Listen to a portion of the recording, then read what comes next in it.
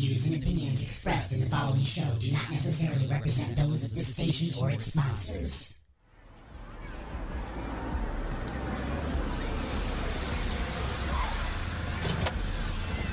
Parents, just a reminder that the dance is canceled for tonight, so please do not show up. Thank you. Don't forget your hat.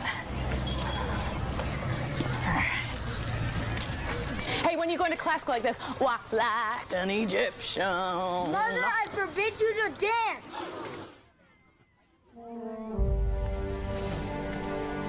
There is a time for every purpose. A time for soccer practice. A time for PTA fundraisers. A time to clean the fridge. A time to take the gerbil to the vet. And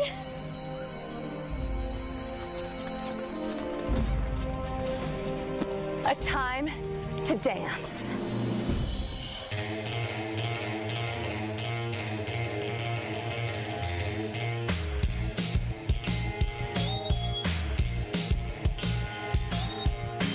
We moms do so much. Kids think we're out of touch. We need a break. A time to Harlem Shake. Our kids don't notice how cool their mothers can be. Someday they'll see it. They'll wanna be just like me. Mom's gotta cut loose, foot loose, pick off a car full of shoes, pop and lock, carpet touch and moonwalk, jump, get wild, pony like Gangnam Style. Ooh, so smooth.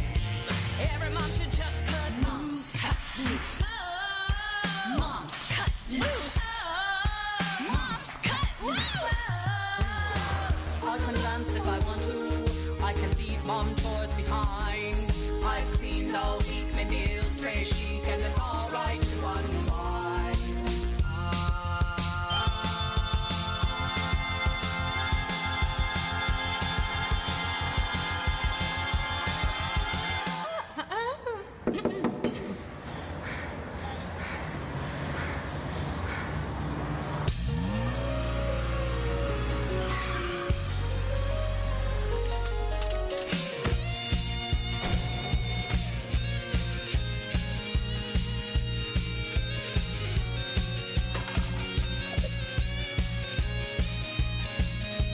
So you think that I'm messing with your swag? Look, young man, it's not your job to nag. Never, never, never, never, never, never, never, never tell your mom no. Never, never, never use that tone of voice with me. We're way too legit to quit. Tell the haters to beat it.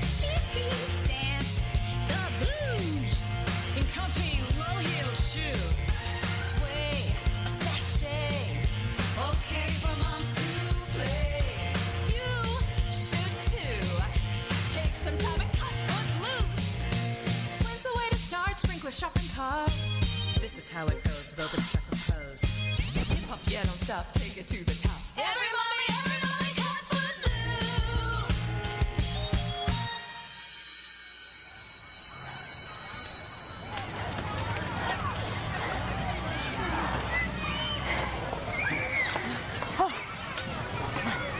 Mr. Ren McCormick to the office, please. Mr. Ren McCormick. Thank you.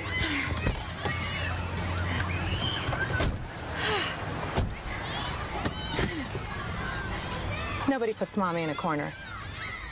Getting your work week started right by stretching out your vagina holes with the attack of the Monday Morning Madcast from outer space. Call into the show live at 313-444-8919. Again, that number is 313-444-8919. Or you can jump in the chat room at alienxradio.com.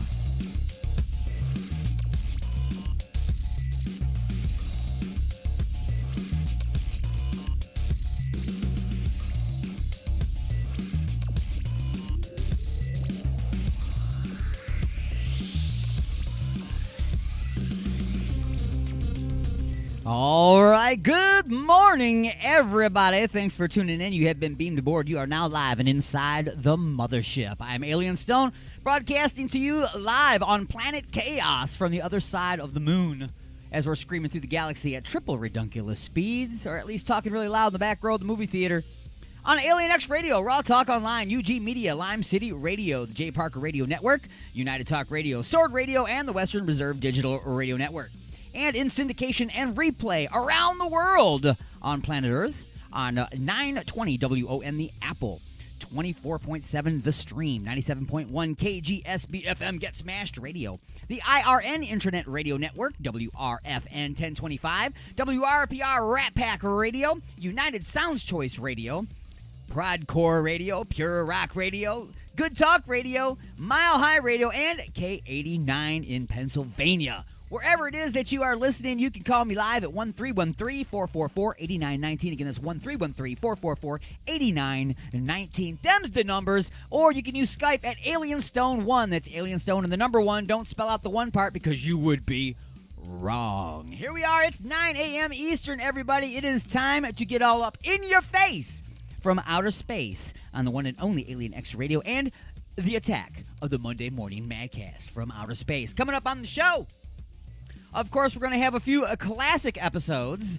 of Just a Few Questions. We will have some bad movie flashbacks. We'll maybe Man Law. Maybe Judge Man will stop by and give you his very narrow opinion on things. You know what I'm saying? But, of course, what I'm excited about is bringing you the brand spankingest new episode of Just a Few Questions. It's the Greatest American Zeros Part 1. What? What do you mean Part 1, Alien Stone? That's right. Just a Few Questions has gotten just out of control. It is now to be continued. What? That's right. You have to tune in next week for Part 2. Oh, my God. That's right. If you want to hear these episodes when they're airing live, and, well, you're going to hear all the mistakes anyway. I never edit them. If you want to tune in live to hear Just a Few Questions, it airs during Inside the Mothership, which comes on at 12 noon Eastern. Right here on this fantastic radio station on Sundays. Sunday, where we'll sell you the whole seat, but you'll only need the edge. We had a little bit of Mother's Day content as well. Mother's Day just passed. A big old, I love you very much to my mother, Judy, who has passed, but, my mother, you know what I'm saying? It's just bigs to my mother on Mother's Day. I love you and miss you, Judy. And what else we can do? Of course, some of the stuff that we normally do. We got history coming up. But I found some guy on the internet he's a mortician. And I'm sure that you have all kinds of questions about what happens to you once you end up at the mortuary. What is the process? Well, he's going to chime in a few times throughout the course of the show to let you know. But lots of stuff coming up. Your phone calls, comedy, talk, music, and much, much more. But first, let's start things the way we always do, with a bit of a history lesson. Broadcasting directly into your brain. Let's take a look at this day in history.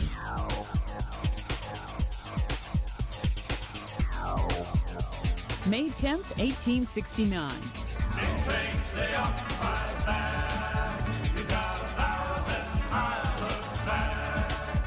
At Promontory, Utah, a golden spike is driven into the ground, completing the first transcontinental railroad in the United States. 1933. Months after taking power in Germany, the Nazis staged massive public burnings of books considered to have un-German ideas. 1941. During World War II, Rudolf Hess, Adolf Hitler's deputy in Nazi Germany, parachutes into Scotland. Hess claims he's on a peace mission, but he's treated as a prisoner of war and spends the rest of his life behind bars. 1994. Nelson Mandela takes the oath of office to become South Africa's first black president after the end of apartheid. Also that same year, in Illinois, serial killer John Wayne Gacy is executed by lethal injection for murdering 33 young men and boys during the 1970s. And 1960. Rock musician Bono, frontman of the group U2 and an anti-poverty activist, is born in Dublin, Ireland. Today in history, May 10th. Sandy Kozel, The Associated Press. Ah, yes. Bono is very anti-poverty. That's why he's almost a billionaire, right? Anyway, folks, it is time to go ahead and kick this pig, getting the attack underway with some brand spanking new music submitted to the station by a band called, I'm sure I'm going to get this wrong, Astasis? Maybe it's Astasis? It's not Anastasi, though. That's a different band. That's a band that we know here that hangs around all the time. People from the band Rain, Anastasi. That's a completely different band. This is Astasis or Astasis. I don't know. Engage is the name of the tune. It's the Attack of the Monday Morning Madcast from outer space.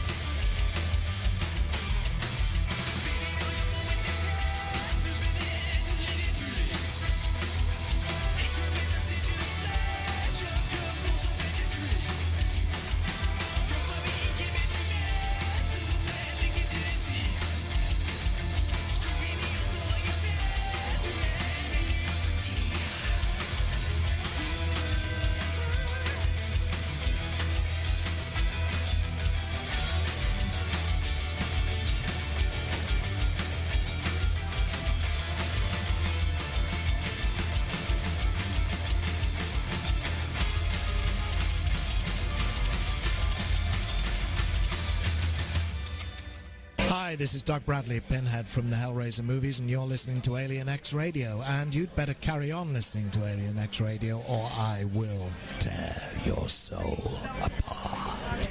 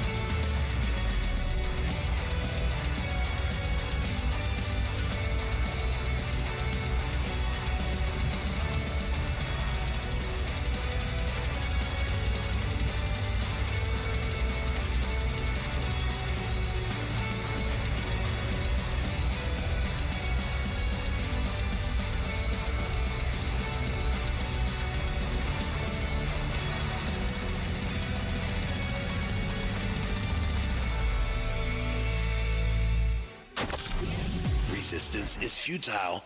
Probing is not allowed.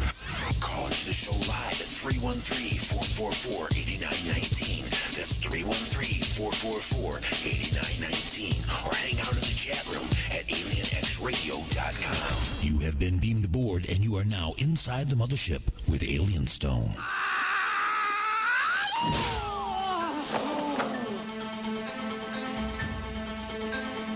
All right, folks, it is now time for the Punchlines. Punchlines being brought to you by Igor's Lube. Look for and like Igor's Lube on Facebook or at www.igorslube.com. Here, let me reverse this image. It drives me crazy. Every time I load in my camera, for some reason, it always loads in backwards. Who wants to see stuff backwards? I don't know.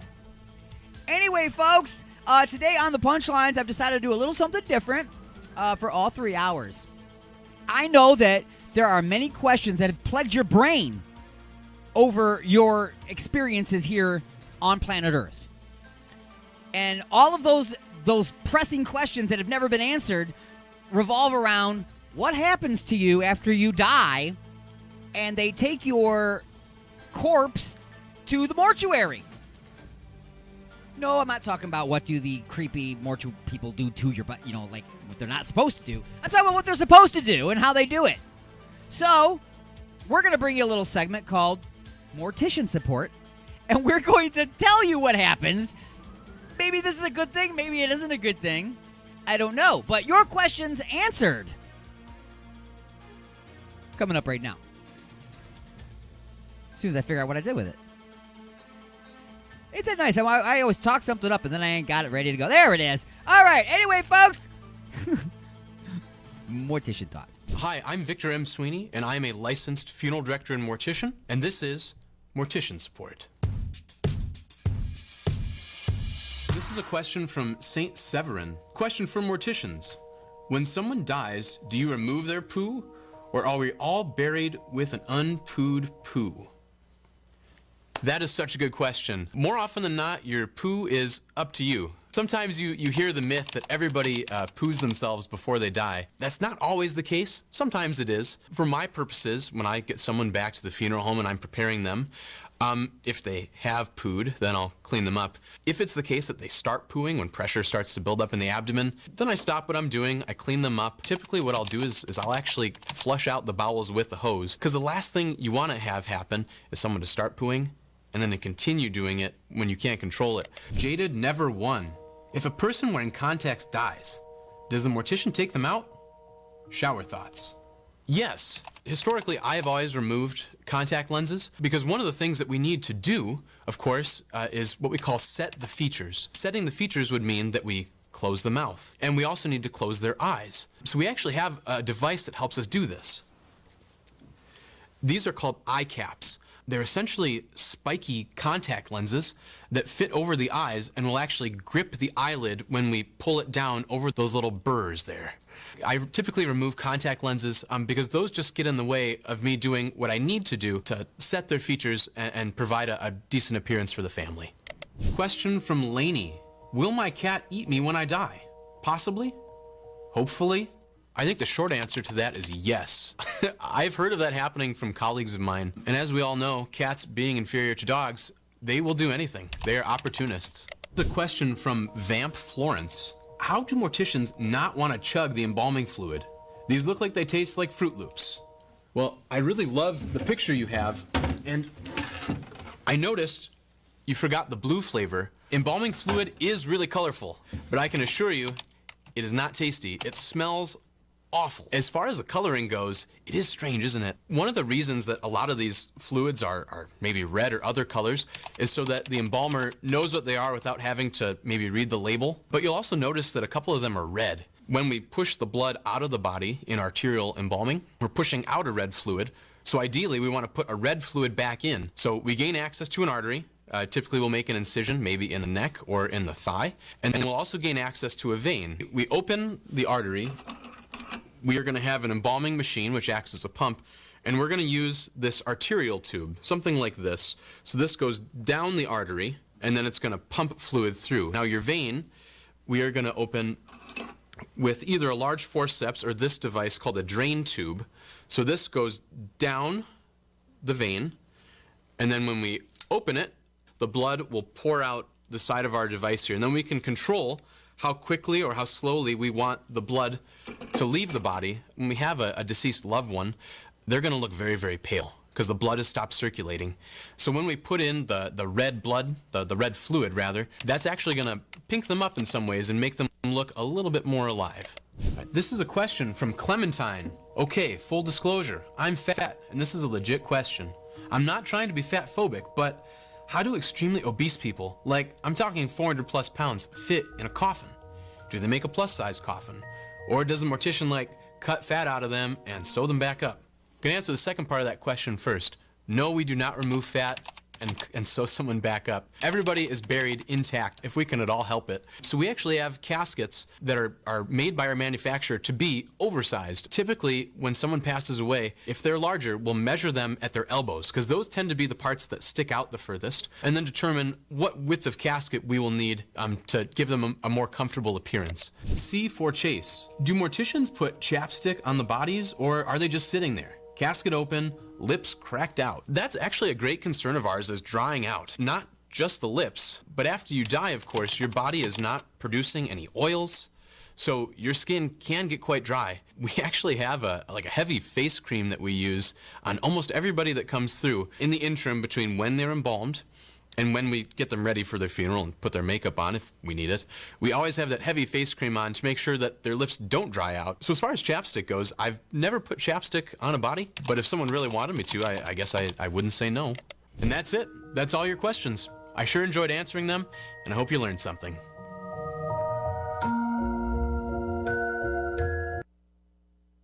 Now there you go, okay? Now your answers are all in your head, okay? Now, well, not all of them, okay? There's still a lot more questions. And I will bring you a couple more episodes of mortician support in the next couple of hours coming. But first, it is time for this. And now it's time for the Garage Bands Next Door. All right, folks, I always ask bands to submit their music to the radio station, and it's for stuff like this, okay?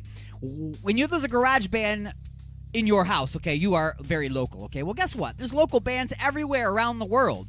So a garage band here is also, there's a garage band out there. So this is the Garage Bands Next Door, okay? Hailing from Germany this week, submitting their music to the station, is a band by the name of Dead Venus. Flowers and Pain is the name of the single that they have submitted to the radio station. Now, folks, how do you get involved in this? Well, it's very simple. Attach an MP3 or a download link of some kind or a press release of some kind that will give me access to your music. And send that to newmusic@alienxradio.com, as they did. newmusic@alienxradio.com. Now, folks, what happened to I had it opened. I had their page all opened, and now it's moved. Oh, there it is. Okay. It's Andre, Serena, and Mike. They make up the band, guys, and it is a female-fronted progressive rock band called Dead Venus. And I just opened up the file, I'm telling you, this morning. And I checked out this tune, and the tune freaking rocks, and I'm going to allow it to now melt your faces during the attack of the Monday Morning Madcast from outer space. So, without further delay, it is time for the Garage Bands Next Door, Dead Venus, Flowers and Pain, on the attack of the Monday Morning Madcast from outer space.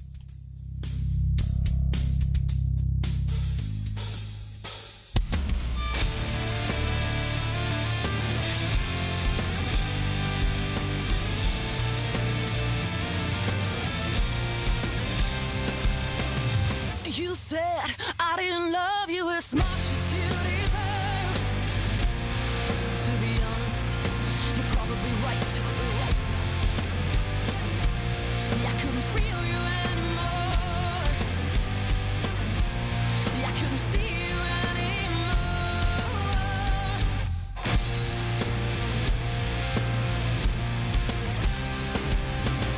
Once we fought together against humanity. But I've grown now, it's what he couldn't see. I am too strong to fight and too happy to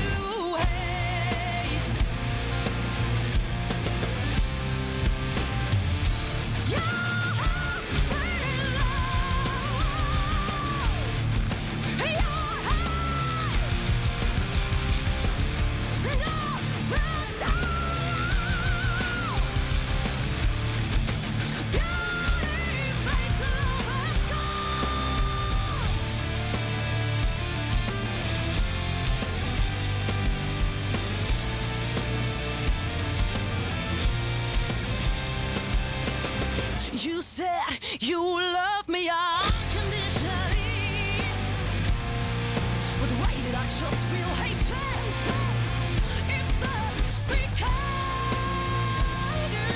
you keep me. Those unspoken words hurt more than physical pain. Your heart will lost in your head, and I felt so beauty fades when love has gone. You just accepted your fate. That's why your beauty fades. And I am torn. And I am torn. Oh, and I am torn. Oh, oh, oh, and I am torn. That's when the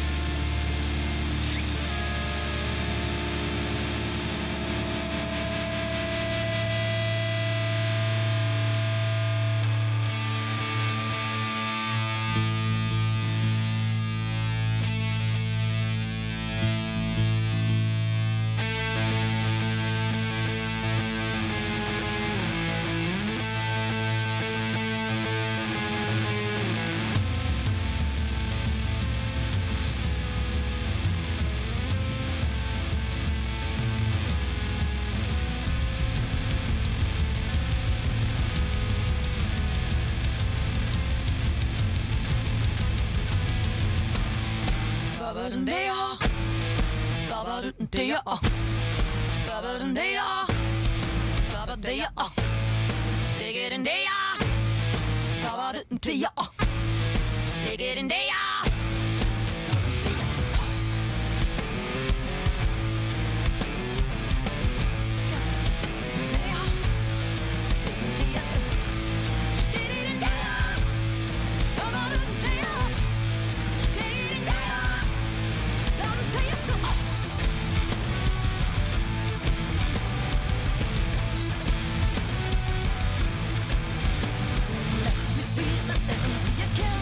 Try to refill the void with bitterness and bitter as you are.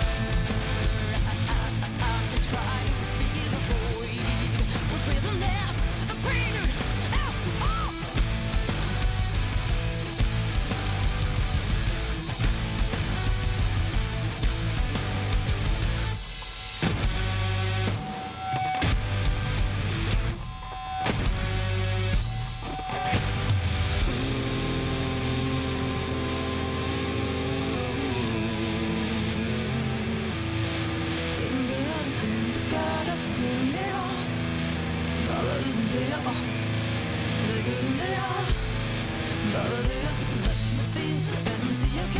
And try to refill the void with bitterness and bitter as you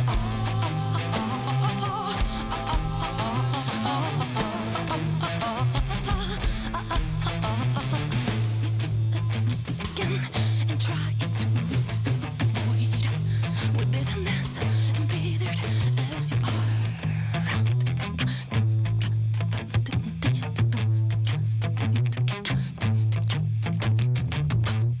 Broadcasting directly into your brain. And now your weekly sports update with the Prospect.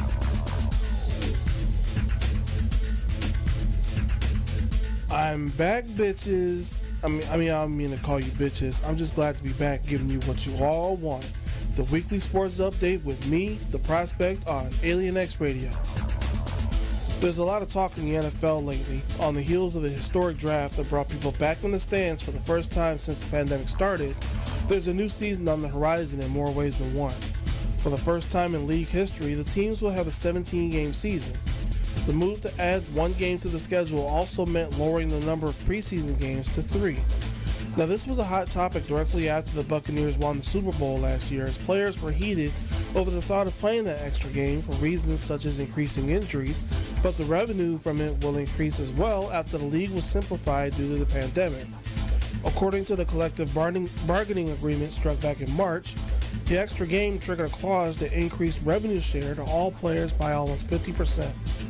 Now, if that don't put butts in stadium seats and in front of TVs all across the country, here's something. The Green Bay Packers may be starting all over at quarterback. It's been reported that Aaron Rodgers has announced that he no longer wants to play with the team he's been a part of his entire career. Since playing sidekick to Brett Favre before he moved on, Rodgers knew what it is like to start with a fresh slate once he took over. But a disappointing recent couple of seasons combined with the surprising decision to draft Jordan Love last year and no helpers for Rodgers in this year's draft, the writing was on the wall for the 37-year-old. The New Orleans Pelicans are without forward Zion Williamson as he is out indefinitely with a left finger injury, and that has the team's front office fuming. Vice President of Basketball Operations David Griffin is very upset after hearing that his star forward is out for at least the rest of the season due to bad officiating. Go figure, an official making a bad call that resulted in an injury so close to the postseason. Williamson seemed to suffer the injury during the Pelicans' 108-103 win against Golden State when he went for a rebound and jammed his finger against Warriors center Kevon Looney.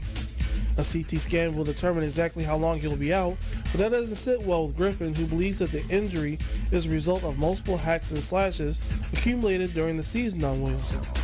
Quote, he has been absolutely mauled in the paint on a regular basis, end quote, he said in a 13-minute news conference.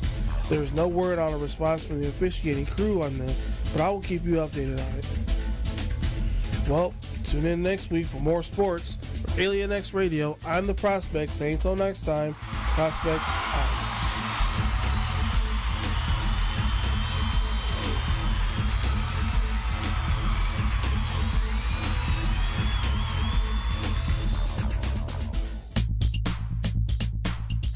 With the weather quickly changing, it might be a good time to have your furnace or air conditioner checked out by a professional. Freedom Heating and Cooling. They specialize in light commercial and residential service and installation. They even do hot water tanks. Freedom Heating and Cooling. Just check out this deal. Complete installation of the iWave R air purifier for only $600. It kills mold, bacteria, and viruses while reducing odors and allergens. Contact Eric at 313-920-2325. Again, that's Eric at 313-920-2325. Or get a hold of Dave at 248-345-8196. Again, that's Dave at 248-345-8196. Look for him on Facebook at Freedom Heat Cool. Call today for a free estimate. Freedom Heating and Cooling.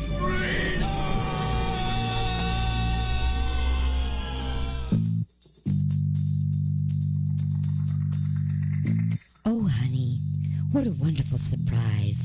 A dozen roses and chocolates, a candlelit dinner, and now champagne and strawberries by the fire. You're so romantic. What do you say we get a little closer?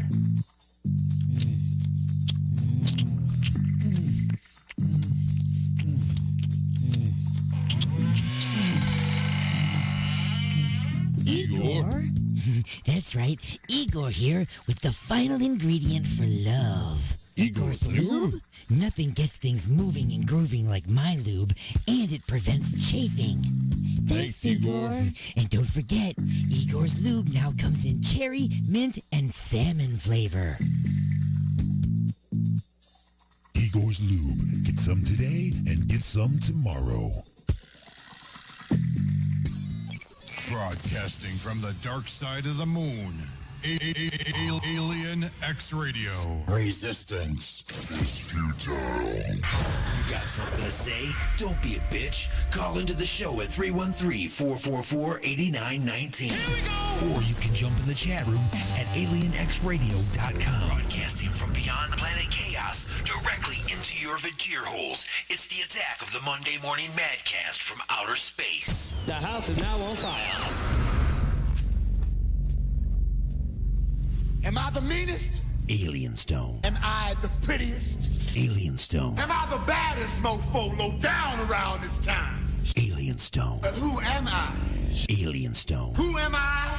Alien Stone. I can't hear you.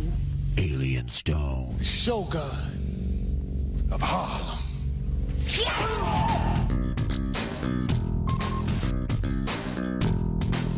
Yeah, like I've ever been to Harlem. Come on. Do I look like I've been to Harlem? Come on. Oh, was I profiling myself? I'm sorry. I'm not supposed to profile myself either. I can't do that. I can't say I look a little too white to be in Harlem. Now, is that statement against me or against Harlem? I guess that depends on your level of racism, not mine, because I know what I meant.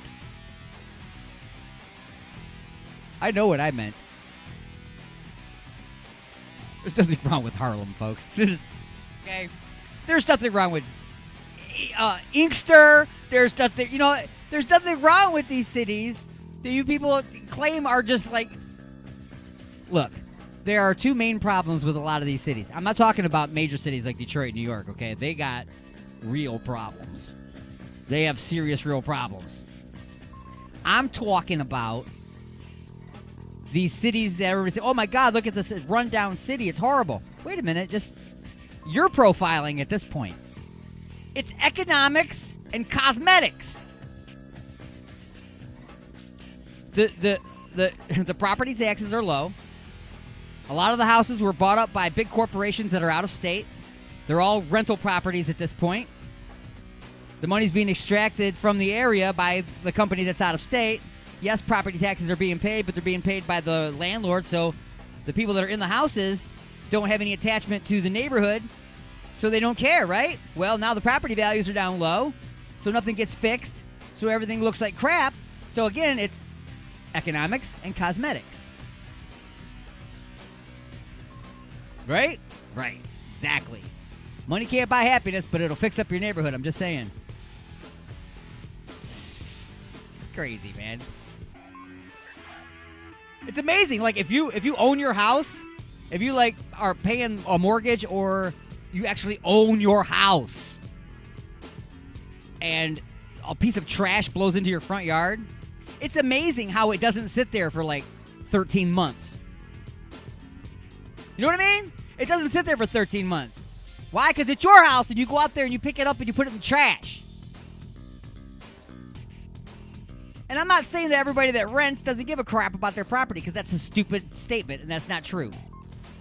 I'm just saying people who own property tend to have a little bit more involvement and investment in the neighborhood outside of the house they live in.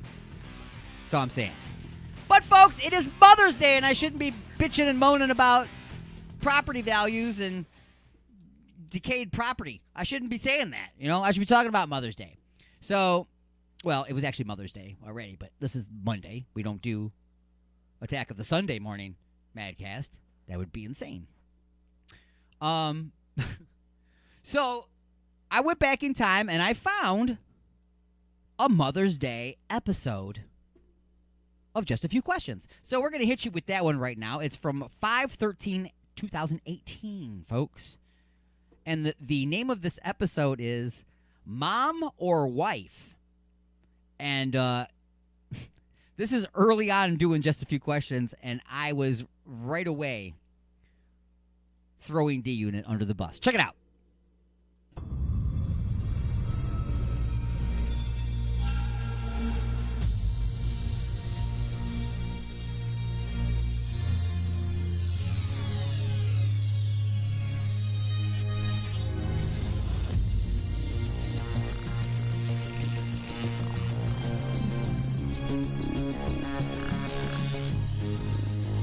Just a few questions.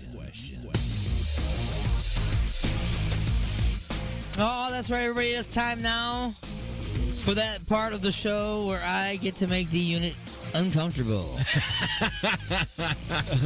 Or whoever happens to be on the receiving side of just a few questions. You better have some good ones for next week. Yeah, we'll have some. I have to come up with some good ones. Yeah. Maybe even some extra ones. Yep. We're going to have a lot of guests next week.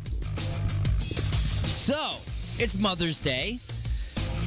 So, we've had like a Mother's theme going on through the course of the show. So, I'm going to keep that going through just a few questions. Starting off, I'm going to do kind of an easy one here. Okay. This is an easy one. What is the very first memory you have of your mom? And also, when were you convinced that she was in charge?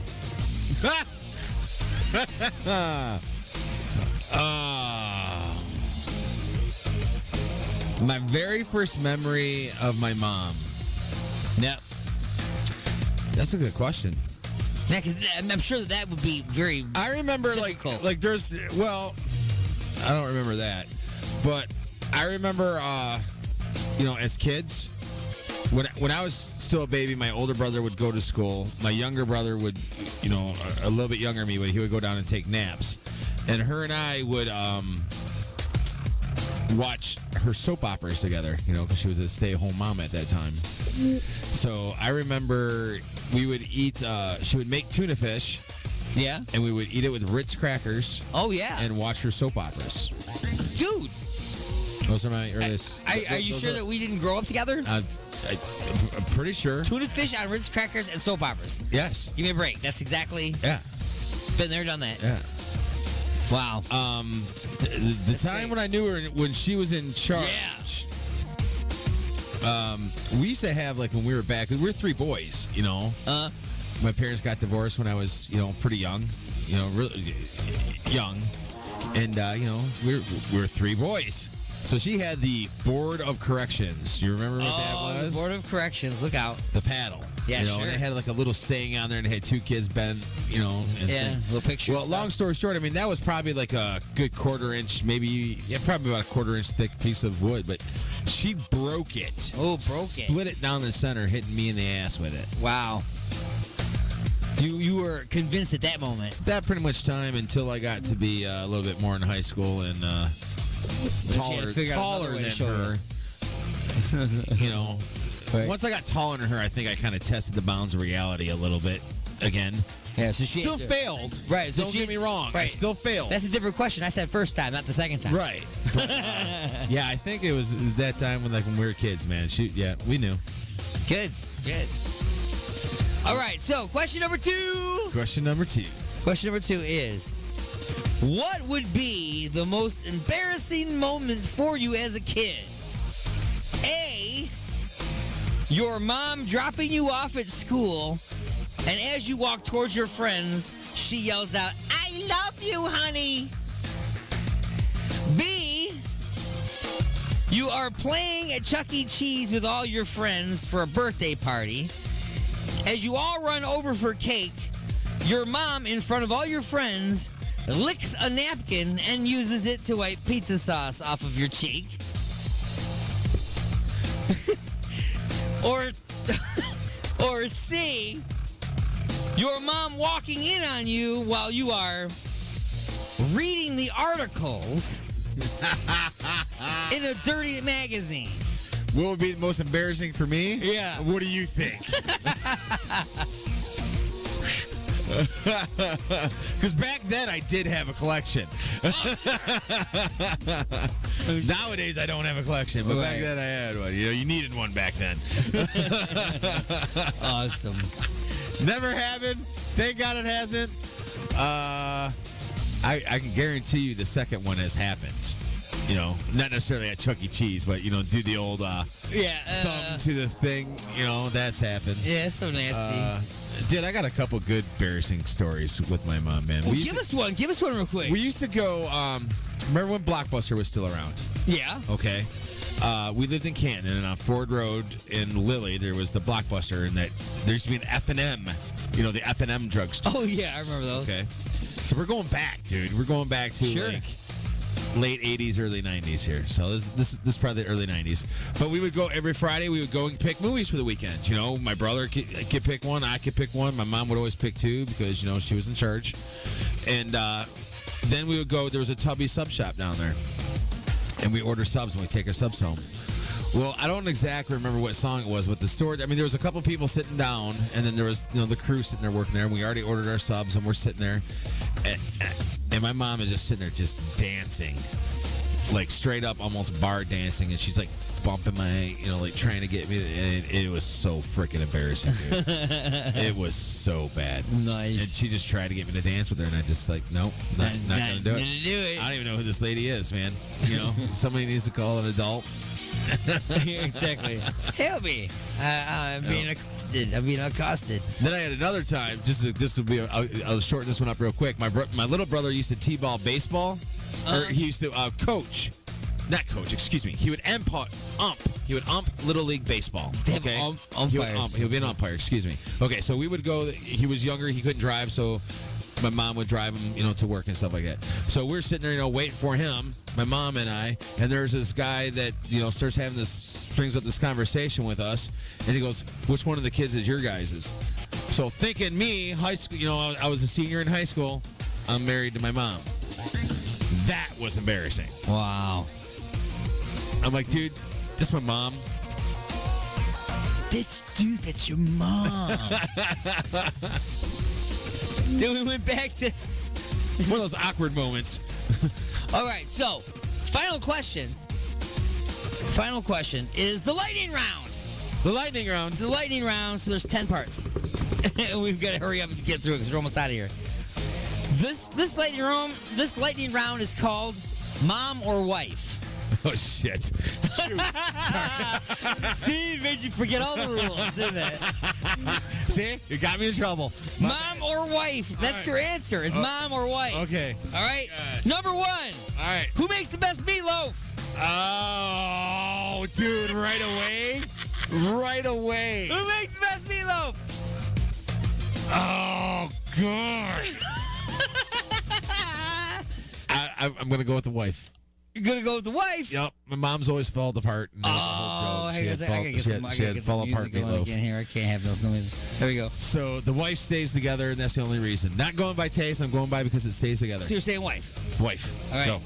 All right. So number two, who keeps a cleaner house? Oh, man. Shoot. I stopped. You know what? I'm just going to say this just because my mom doesn't have dogs and my stepdad is very You got less than 2 minutes. Mom. Mom does. Yep. Number three. Who would be the first person to use plastic furniture covers? Mom. Number four. Who makes the best spaghetti? Mom. Who is currently in charge of kissing your boo-boos? The wife. Who bought you underwear for Christmas 20 years ago? Mom. Every year. Who bought you underwear for Christmas most recently? Wife. Who takes better care of you when you're sick? Present day or ever? Ever. Gotta go with mom on that. I'd be wrong. My wife would probably kick me in the nannies if I didn't say her. Who bakes the best cookies? And you can't say drug dealers. Grandma. Grandma, I'll accept Grandma because it's Mother's Day. Grandma made the best cookies, hands down. And finally, who do you want to say Happy Mother's Day to? My mom. Oh, your mom. Here's this week's bad movie flashback. No. Please, no. Meet little Melvin. He's a 90-pound weakling. Everyone hated Melvin. They tormented him until he had a horrifying accident and fell into a vat of nuclear waste. Transforming little Melvin into a hideously deformed creature of superhuman size and strength. the Toxic Avenger. The first superhero born out of nuclear waste. Yes, the muggers and the rapists didn't know what law and order was until the Toxic Avenger came to town. Holy shit! I don't know what it was, but it saved my life. All right, everybody, drop your tacos or I'll blow your brains out. The vandals and the perverts had their way with the little people of Tromaville until the Toxic Avenger ripped them apart. The Toxic Avenger. His face is so terrifying. We can't show it to you now. You'll have to see the movie for yourself.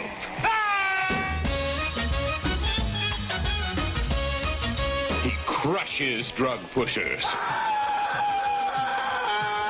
Smashes hit-and-run drivers. And gives all criminals their just desserts.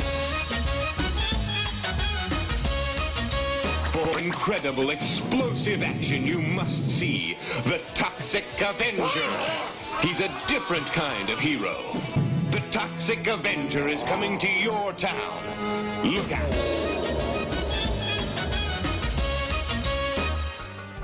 It's starting to get warm outside. Pretty soon my balls are going to stick to my leg. I got to get me some Freedom. Freedom Heating and Cooling. They specialize in light commercial and residential service and installation. They even do hot water tanks. Freedom Heating and Cooling. Just check out this deal. Complete installation of the iWave R air purifier for only $600. It kills mold, bacteria, and viruses while reducing odors and allergens. Contact Eric at 313-920-2325. Again, that's Eric at 313-920-2325. Or get a hold of Dave at 248-345-8196. Again, that's Dave at 248-345-8196. Look for him on Facebook at Freedom Heat Cooling. Call today for a free estimate. Freedom Heating and Cooling.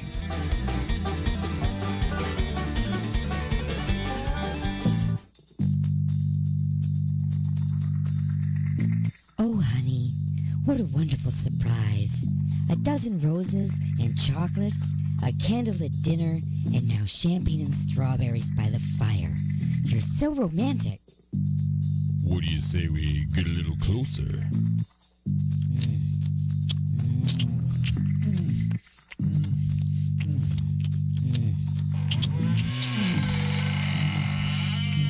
Igor?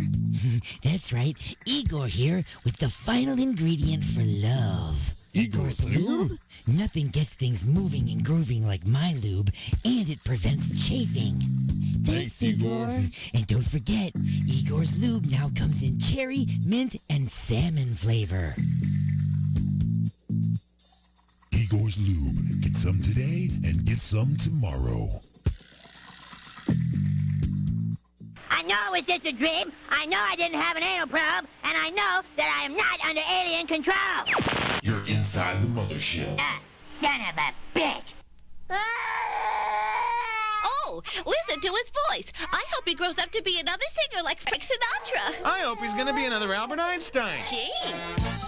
Say, why leave important matters like heredity to chance? Well, now you don't have to. If you buy Crapco's amazing in-home gene splicer from Crapco. Yes, determine the sex size and personality of your next child in minutes instead of months. Here's what you get. The Crapco Chromosome Spice of Life Rack, featuring 25 tubes of real designer genes. Yes, it's that slimy goo that makes you you. Pick from brown eyes, blue eyes, boxers, ballerinas, big ears, or big what have you. Never fear, you're the genetic engineer. With the amazing Crapco in-home gene splicer from Crapco. Yes, for just $29.99, $95.99, this could be you. E equals MC squared. How about you? My boy the singer. My son the scientist. That's right, create your own Frank Einstein with the amazing Crapco in-home gene splicer. Buy Crapco. Get one for your dog, too. Remember, at Crapco, we always say, if you buy this, you'll buy anything. Oh, my God. What have I done? What have I done? The alignment, the latest CD from The Creeping Chaos featuring Dead in the Water. Beg for mercy and Under the Blade. Available now at iTunes, CD Baby, and Rock of Ages in Garden City. Come on, Mommy's got to go to work. Come on, let's go. Teal. Sweetheart. I said it already once now. Please turn off the TV. Mommy is very busy today and I can't do this right now, okay? Okay, sweetheart. I need you to listen with your ears and see me with your eyes. Okay, Mommy is busy today. You have to go to school, and I need you to get up and turn off that TV, and I know you can do it, okay? Yeah, you can. For real! Teal, I'm serious. Now I'm really getting upset. You need to turn off that TV. You know what? If you do not turn off that TV, I am going to ground you for 3 months. You know what? I'm going to take all your toys and I'm going to give them to the poor. You're never going to school again. Why don't you listen to me? Why doesn't anybody ever listen to me?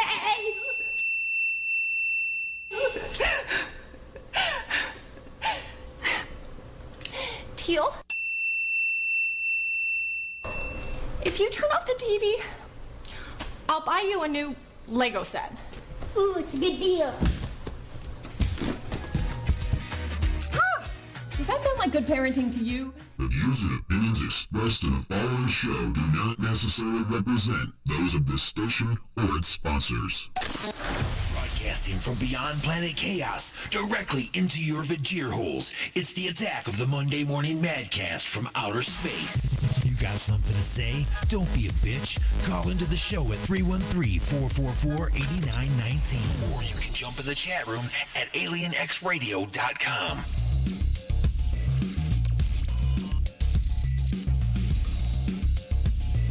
All righty, folks, welcome. It is hour number 2 of the attack of the Monday Morning Madcast from outer space. You have been beamed aboard. You are now live and inside the mothership, and I am Alien Stone. And you could be listening on Alien X Radio or Raw Talk Online, UG Media, the Lime City Radio Network, Jay Parker Radio, United Talk Radio, Sword Radio, Western Reserve Digital Radio Network, or perhaps maybe later on in the week in syndication or replay. You could be heard on 920 WON The Apple, 24.7 The Stream, 97.1 KGSB FM Get Smashed Radio, the IRN Internet Radio Network, WRFN 1025, WRPR Rat Pack Radio, United Sounds Choice Radio, Prod Core Radio, Pure Rock Radio, Good Talk Radio, which has a new name that I keep forgetting. I believe Freedom Talk, maybe, is the name of it. There's freedom in there, or liberty. And Mile High Radio and K89. If I missed your station, by all means, give me a call at 1313-444-8919. Wherever it is that you are listening, give me a call at 1313-444-8919. Or you can Skype call me at AlienStone1. That'd be the number 1. Don't spell out the one part. You would be wrong. For those of you just tuning in, you're late! We get things underway at 9 a.m. Eastern each and every Monday for the attack of the Monday Morning Madcast from outer space. See how it's conveniently named the Monday Morning Madcast from outer space? Because it's on Mondays. Get it? That's right. If it's not Monday and you're listening, then you're listening to a replay, so don't call, okay? It'll be a waste of your time. Just saying. I will not be answering because I'm doing something else. So, folks, that being said, hour number 2 is underway. More music for your Vajir holes. If you are in a band and you want to submit your music for standard rotation on Alien X Radio, or perhaps for a featured artist position on the Attack of the Monday Morning Madcast from outer space, or Inside the Mothership, which airs on Sundays at 12 noon Eastern, then by all means attach an MP3 or a credible download link to an email and send it to newmusic@alienxradio.com. Again, that's newmusic@alienxradio.com. Also, while you're on the internet thing there and you're playing around, head on over to YouTube, look for the Alien X Radio channel, and like the crap out of that. Subscribe to it because you'll be watching the cool videos that we do. Because Facebook is more than likely going to delete my video moments after I'm done with it because they don't like me. They don't like me at all. But YouTube is okay with me. Twitch is okay with me. That's right. If you got the Twitch thing, I'm on there too. I don't know how, but I'm on the Twitch. Okay? That's right. I said it like an old guy. The Twitch. All right? One thing I don't do is the Twitter. Okay? No. Sorry. I killed the bird. It's done. Speaking of birds, don't forget that next hour, the brand spanking new episode of Just a Few Questions where flipping the bird could control something very unique. And I'm talking about the Greatest American Zeros, part 1 of Just a Few Questions, coming up in hour number 3. In this hour, we've got a classic episode. I don't even remember which episode's coming up. The Celebrity Lube Match. Oh, yes. Cannot wait for that. So anyway, folks, let's go ahead and get this thing underway with some music for your Vajir holes. I said we got some brand spanking new music submitted to the station. As I said, for all you can submit your music at any time to the station by sending it to newmusic@alienxradio.com. Now, when it comes to music in rotation on the station Alien X Radio, that is an alternative rock radio station. So the music that is in standard rotation on that station is alternative rock. That being said, there are 2 shows that air on there called Inside the Mothership and The Attack of the Monday Morning Madcast from Outer Space, hosted by myself.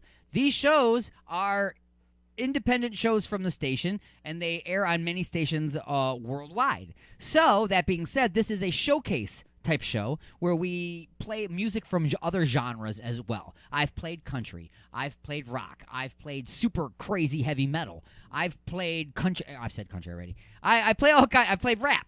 I play all kinds of music on here. So today I got a brand spanking new submission, and this is I don't know what to call this. It's an old school style groovy smooth groove. I guess call it. I don't know, smooth groove. R&B smooth groove? I don't know what to call it. Dance With Me is the name of the tune. Internet Baby is the name of the artist, and it's the Attack of the Monday Morning Madcast from Outer Space. Is there a place inside your heart? I want your love, and I do whatever it takes.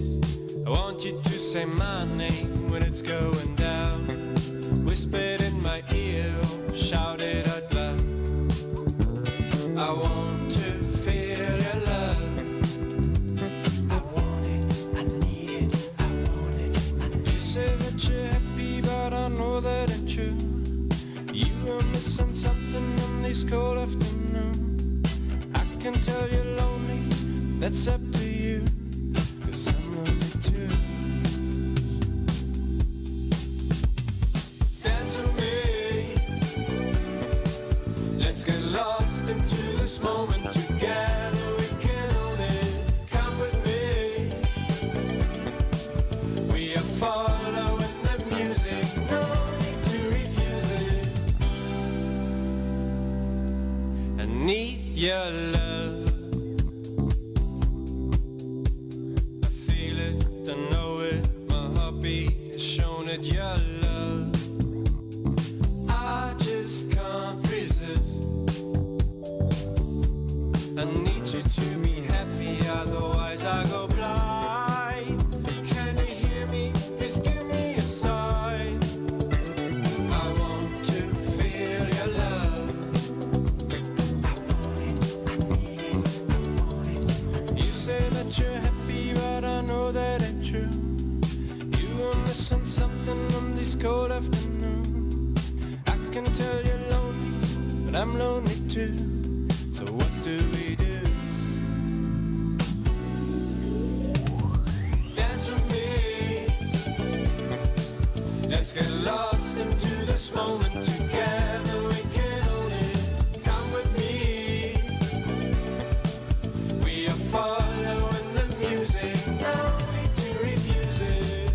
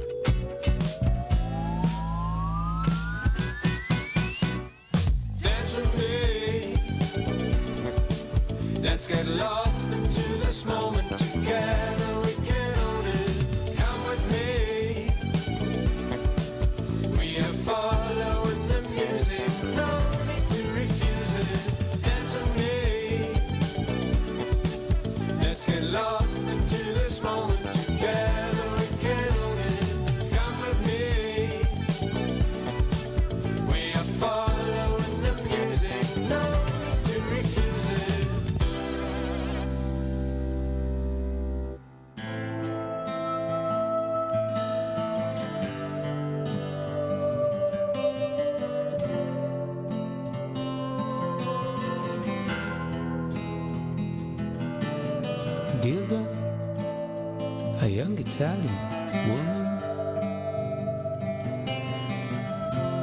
like in her movie, she's starring in Milan. I saw her once in some different ways, out in September, filtered sun rays.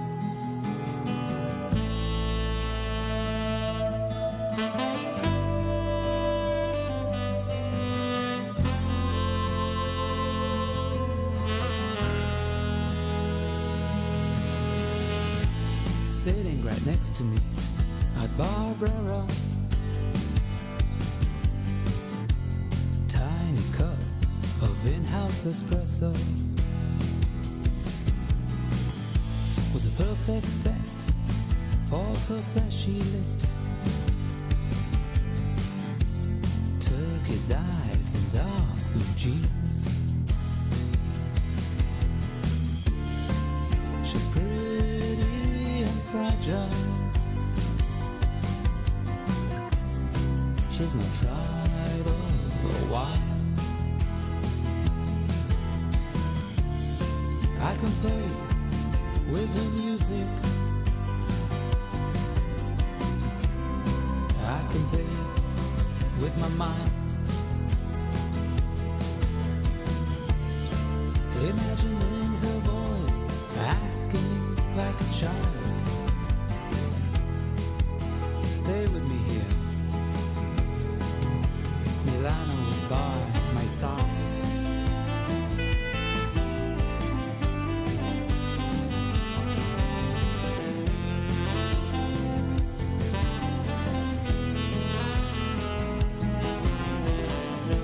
We taking off first sight. We stormed into the chill of the night. Our music, films, relationships and drama. She leaned so close to me. She's pretty and fragile. She's not tribal or wild. I can play with her music. I can play with my mind. Imagining her voice asking like a child. Stay with me here. Milano is by my side.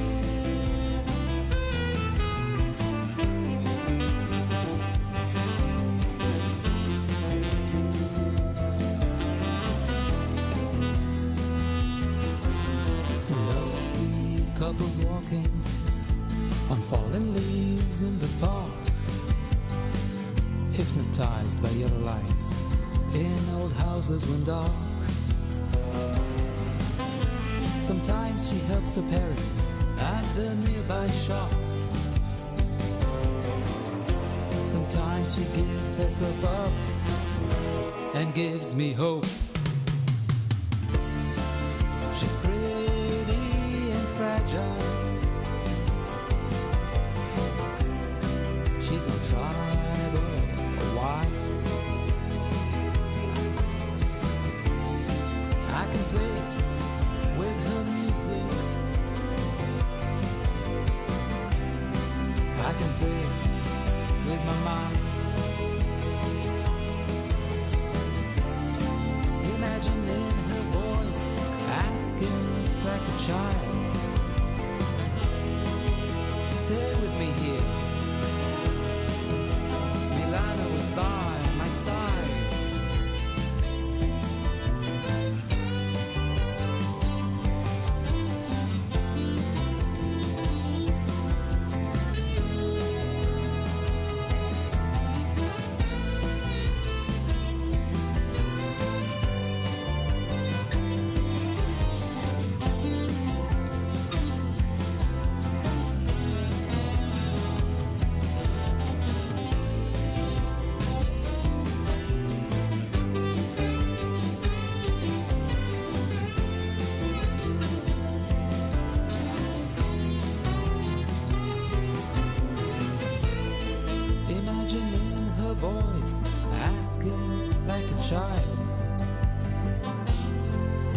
stay with me here.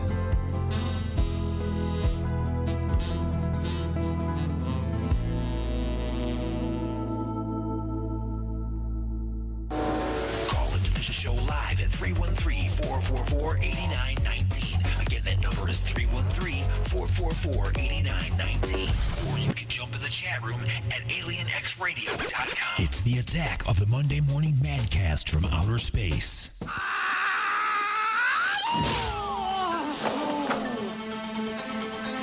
And once again, it is time for the punchlines, bitches. That's right. The punchlines are brought to you by Igor's Lube. Look for and like Igor's Lube on Facebook and check them out at www.igorslube.com. Don't forget to get your Igor's Lube t-shirts available at alienxradio.com in the Alien X Radio Gear Store. They're real.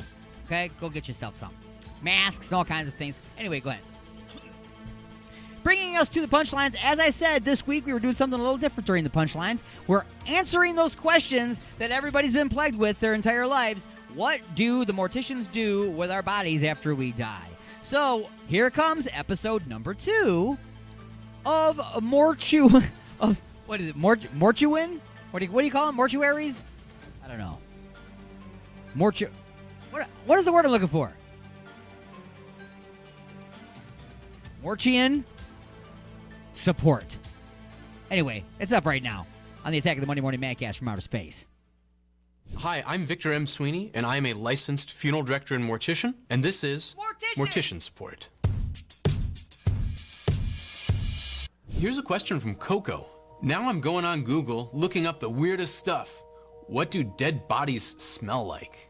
Dead bodies smell awful. Rotting anything smells awful. We are hardwired to think that dead human bodies smell bad. And it's a smell you never forget. I went out to a nice restaurant to have some aged steak, and I couldn't do it. I love this username. This is a question from Future Corpse, aren't we all? What do morticians do with our organs after an embalming? What happens when they aren't donated? When we do embalming, all your organs just stay inside your body. We can prepare them all internally. After we finish the arterial embalming, we have what's called the cavity embalming. Optimally, with the cavity embalming, you're trying to puncture the lungs, the heart, the intestines, the stomach, and then you're also going to try to shoot for the kidneys too. We actually use what's called a trocar, and I have one here. It's a hollow point spear, essentially, and it hooks up to what we call an aspirator. So it's a vacuum, essentially. Insert this in the abdomen and then try to puncture all the hollow organs, and then the vacuum will actually draw out all those nasty fluids. If you donate your organs, typically organ donations are handled by organ harvesting companies, and they will actually work with a hospital or with me to transport a body where it needs to go, and then they'll harvest the organs, donate them where they need to, and then the body will be returned to me after that whole process is done. Question from Paul Matthews. Do morticians normally just drain the blood down the sink? The short answer is yes. All of our bodily wastes are disposed just like our normal bodily wastes, the sewer system that goes right to the water treatment plant. This is a question from Soggy Emma. Why are coffins so expensive, y'all? Just bury me raw. Well, Soggy Emma, that is definitely an option. You can be buried in the ground without a casket. A lot of funeral homes put substantial markups on their casket. And I think it's just a way to collect money on the tail end of a service, but just like a furniture store, which would maybe mark up their kitchen tables 4 times what they actually cost, I would guess that most caskets are marked up probably 1.5 to 2 times what the wholesale cost is. This is a question from Tiny Rain. Do morticians put a bra on you? If so, I would like my rotting corpse to not wear a bra, and would like my ghost to be wandering braless with poking nips. Well, Tiny Rain, I don't know if there's much I can do about poking nips, but we do put bras on if the family requests. And the reality is I've probably put on more bras than I have taken off in my life. Did that answer your question? This is a question from Leonard de Montague. Does a mortician feel just as sad as a normal person when someone close to them dies? The short answer of that is yes. That was one of the things, actually, I myself really worried about when I got into this profession. Because at a certain point, When you see a dead body, you almost always kind of go into work mode. What can I do to help this family? What can I do to prepare this body? So I was very concerned when I started doing this that maybe I would start to even think of my own loved ones as something to help or something to fix, and not really take in grief like I used to. For my own family, for loved ones, my own grandpa passed away just a few months ago, and I feel just as sad about that as I think I ever would. It's just a matter of perspective and maybe where you're at the moment. Question from T. What foundation do funeral directors use to make dead people look alive? Well, that's a good question. All the makeup we use is actually formulated for dead people. So it's made to go on cold skin as opposed to warm skin like regular makeup. And one of the things we try to do is not cake people with makeup, but just do kind of light layers so that way their actual skin tone does shine through a little bit. If you've ever gone to a funeral and maybe you've seen someone in the casket who is caked with makeup, they don't really look like themselves. So one of our goals is to tone that down a little bit, so they do. Question from Lala. Approximately how much does a mortician make? The minimum and the maximum. I really couldn't say what the minimum and maximum are. The average I've read in the country is about $65,000 a year. And talking to my other friends and colleagues, that seems to be about the average for my area as well. Opia Dana, can you get half your body cremated and the other half buried? Do morticians do that? Asking for a friend. I have never done that, and I've never had anybody ask. I guess I could see it happening if you really wanted to. You would have to have a disposition permit that would have cremation and burial, and I guess we'd probably have to sign a waiver to cut someone in half. But maybe the bigger question would be, what half are you going to cremate and what half do you bury? And that's it. That's all your questions. I sure enjoyed answering them, and I hope you learned something. And now it's time for the Garage Band's Next Door.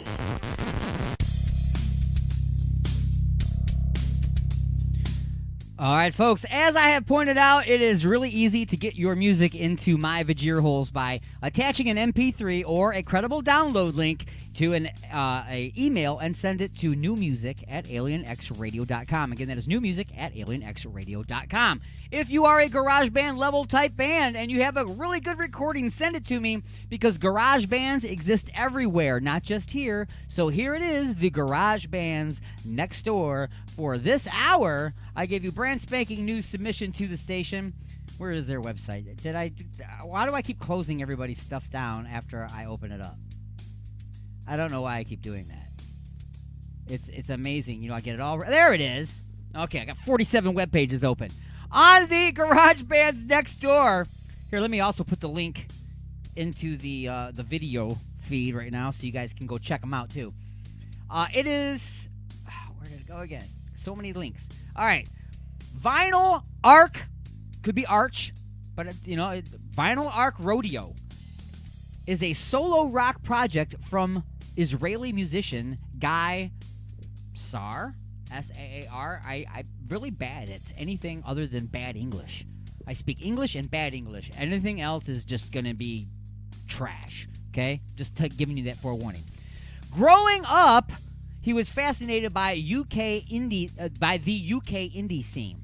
While inspired by much of his predecessors, British rock and American blues, he became hooked on the signature guitar sounds and became inspired to pen his own songs and become part of his local music scene, mastering the guitar and becoming a versatile musician. Spending the past couple of decades playing in various bands in his home country of Israel, ranging from small indie rock outfits and cover bands, and taking every opportunity to perform live. During this time, he built up a huge catalog of original songs, which he is now releasing as a solo project under the alias Vinyl Arc Rodeo. So, folks, without further delay, I give you, in the Garage Band Next Door, for this week on the Attack of the Monday Morning Madcast from outer space, I give you Vinyl Arc Rodeo and See the Sun on the Attack of the Monday Morning Madcast from outer space.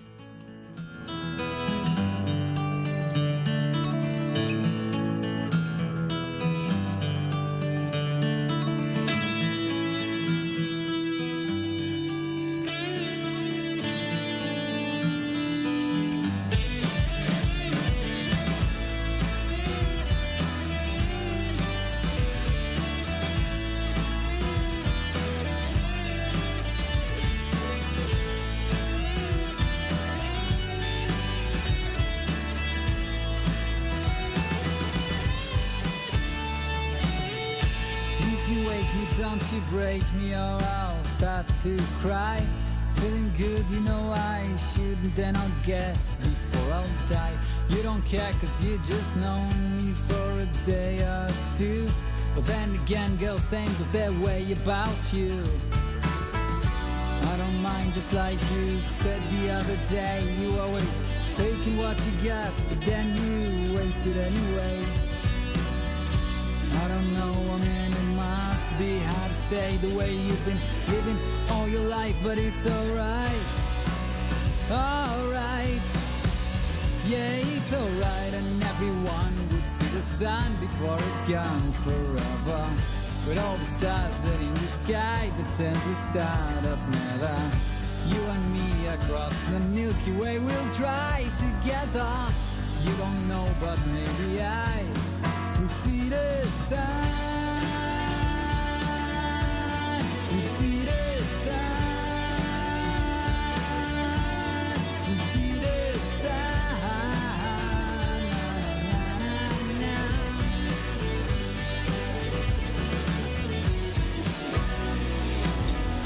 Take your time and do some thinking, though it must be late.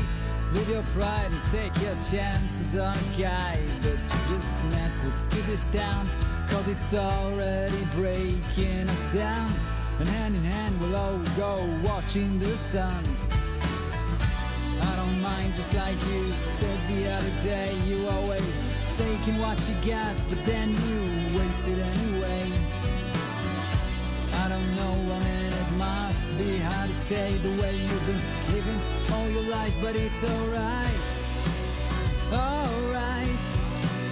Yeah, it's alright, and everyone would see the sun before it's gone forever.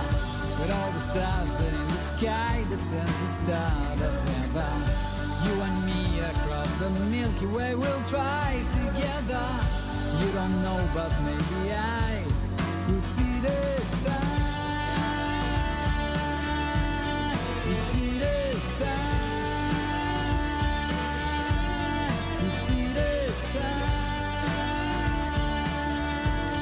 Would see the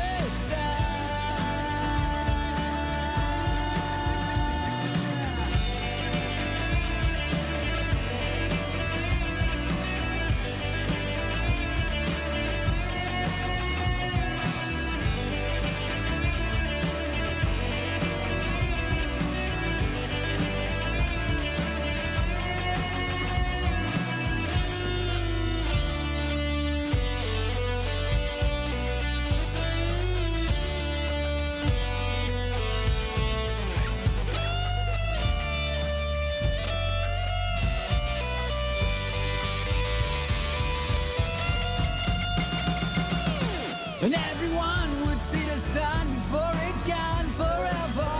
With all the stars that in the sky that turns the stardust never. You and me across the Milky Way will try together. You don't know, but maybe I will see the sun. Yeah, see the sun. Hey, see the sun.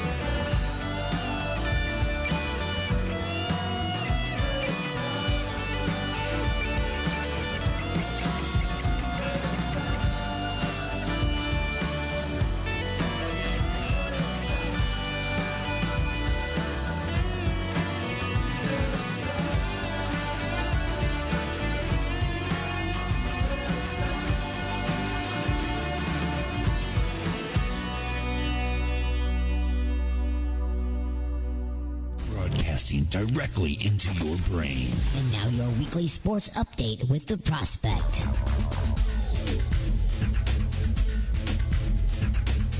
I'm back, bitches. I don't mean to call you bitches. I'm just glad to be back giving you what you all want. The weekly sports update with me, The Prospect, on Alien X Radio.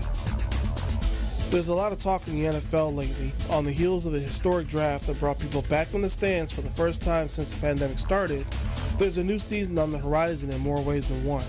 For the first time in league history, the teams will have a 17-game season. The move to add one game to the schedule also meant lowering the number of preseason games to 3. Now, this was a hot topic directly after the Buccaneers won the Super Bowl last year, as players were heated over the thought of playing that extra game for reasons such as increasing injuries, but the revenue from it will increase as well after the league was simplified due to the pandemic. According to the collective bargaining agreement struck back in March, the extra game triggered a clause to increase revenue share to all players by almost 50%. Now, if that don't put butts in stadium seats and in front of TVs all across the country, here's something. The Green Bay Packers may be starting all over at quarterback. It's been reported that Aaron Rodgers has announced that he no longer wants to play with the team he's been a part of his entire career. Since playing sidekick to Brett Favre before he moved on, Rodgers knew what it is like to start with a fresh slate once he took over. But a disappointing recent couple of seasons combined with the surprising decision to draft Jordan Love last year and no helpers for Rodgers in this year's draft, the writing was on the wall for the 37-year-old. The New Orleans Pelicans are without forward Zion Williamson as he is out indefinitely with a left finger injury, and that has the team's front office fuming. Vice President of Basketball Operations David Griffin is very upset after hearing that his star forward is out for at least the rest of the season due to bad officiating. Go figure, an official making a bad call that resulted in an injury so close to the postseason. Williamson seemed to suffer the injury during the Pelicans' 108-103 win against Golden State when he went for a rebound and jammed his finger against Warriors center Kevon Looney. A CT scan will determine exactly how long he'll be out, but that doesn't sit well with Griffin, who believes that the injury is a result of multiple hacks and slashes accumulated during the season on Williamson. Quote, he has been absolutely mauled in the paint on a regular basis, end quote, he said in a 13-minute news conference.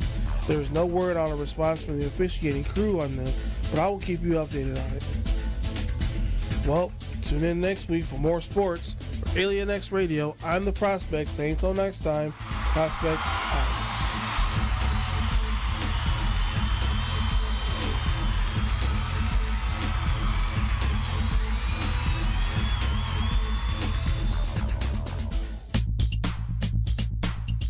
With the weather quickly changing, it might be a good time to have your furnace or air conditioner checked out by a professional. Freedom Heating and Cooling. They specialize in light commercial and residential service and installation. They even do hot water tanks. Freedom Heating and Cooling. Just check out this deal. Complete installation of the iWave R air purifier for only $600. It kills mold, bacteria, and viruses while reducing odors and allergens. Contact Eric at 313-920-2325. Again, that's Eric at 313-920-2325. Or get a hold of Dave at 248-345-8196. Again, that's Dave at 248-345-8196. Look for him on Facebook at Freedom Heat Cool. Call today for a free estimate. Freedom Heating and Cooling.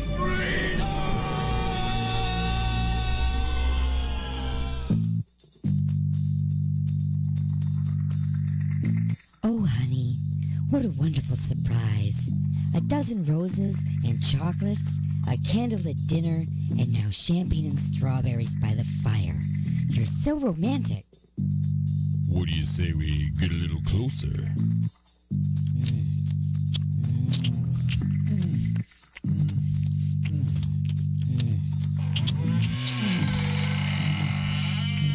Igor? That's right. Igor here with the final ingredient for love. Igor's lube? Nothing gets things moving and grooving like my lube, and it prevents chafing. Thanks, Igor. And don't forget, Igor's lube now comes in cherry, mint, and salmon flavor. Igor's Lube. Get some today and get some tomorrow. Broadcasting from the dark side of the moon, Alien X Radio. Resistance is futile.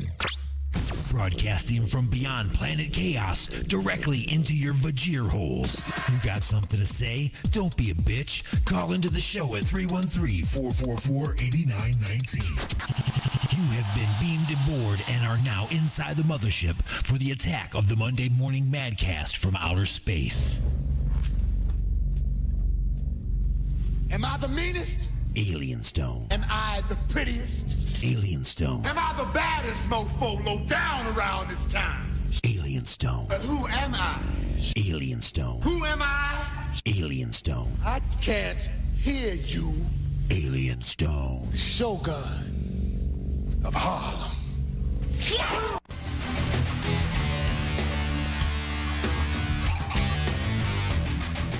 Wow, that transition could have used some Igor's Lube. It needed to be a little smoother. You know what I'm saying? That's right, folks. Welcome. We are now in the second half of the broadcast. You didn't even feel that turnabout, did you? Of course you didn't. You know why? Because we have the greatest inertia cancelers in all of the universe. Installed by the fine folks at Jupiter Station. That's right, the gravitational plates are gravitating. The inertia cancelers are canceling. And the deflector array is wearing its mask. Per the governor's requirements. Anyway, I know. I whine. What can I say? Some people call it whining. Some people call it complaining. Some people say voicing their opinion. Some people will say pointing out that somebody's doing something they shouldn't be doing. You can call it whatever you want to call it. It's just words strung together into sentences. Okay? May or may not have good grammar. Anyway, folks. We're going to go ahead and get to a classic episode right now of Just a Few Questions going back to May 19th, 2019. It's time to get it on, folks. That's right. It's going to go down like Donkey Kong right now. Who will survive the Celebrity Lube match brought to you by Igor's Lube? It's just a few questions on the Attack of the Monday Morning Madcast from outer space.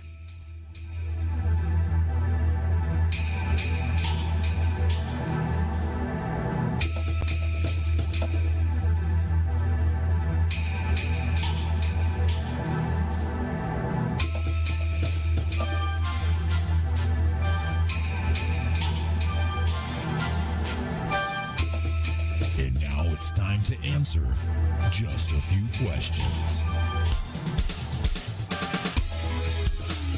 Yes, sir. Yes, sir. It is time for the return of Just a Few Questions. And today, I've got two people having to answer to my...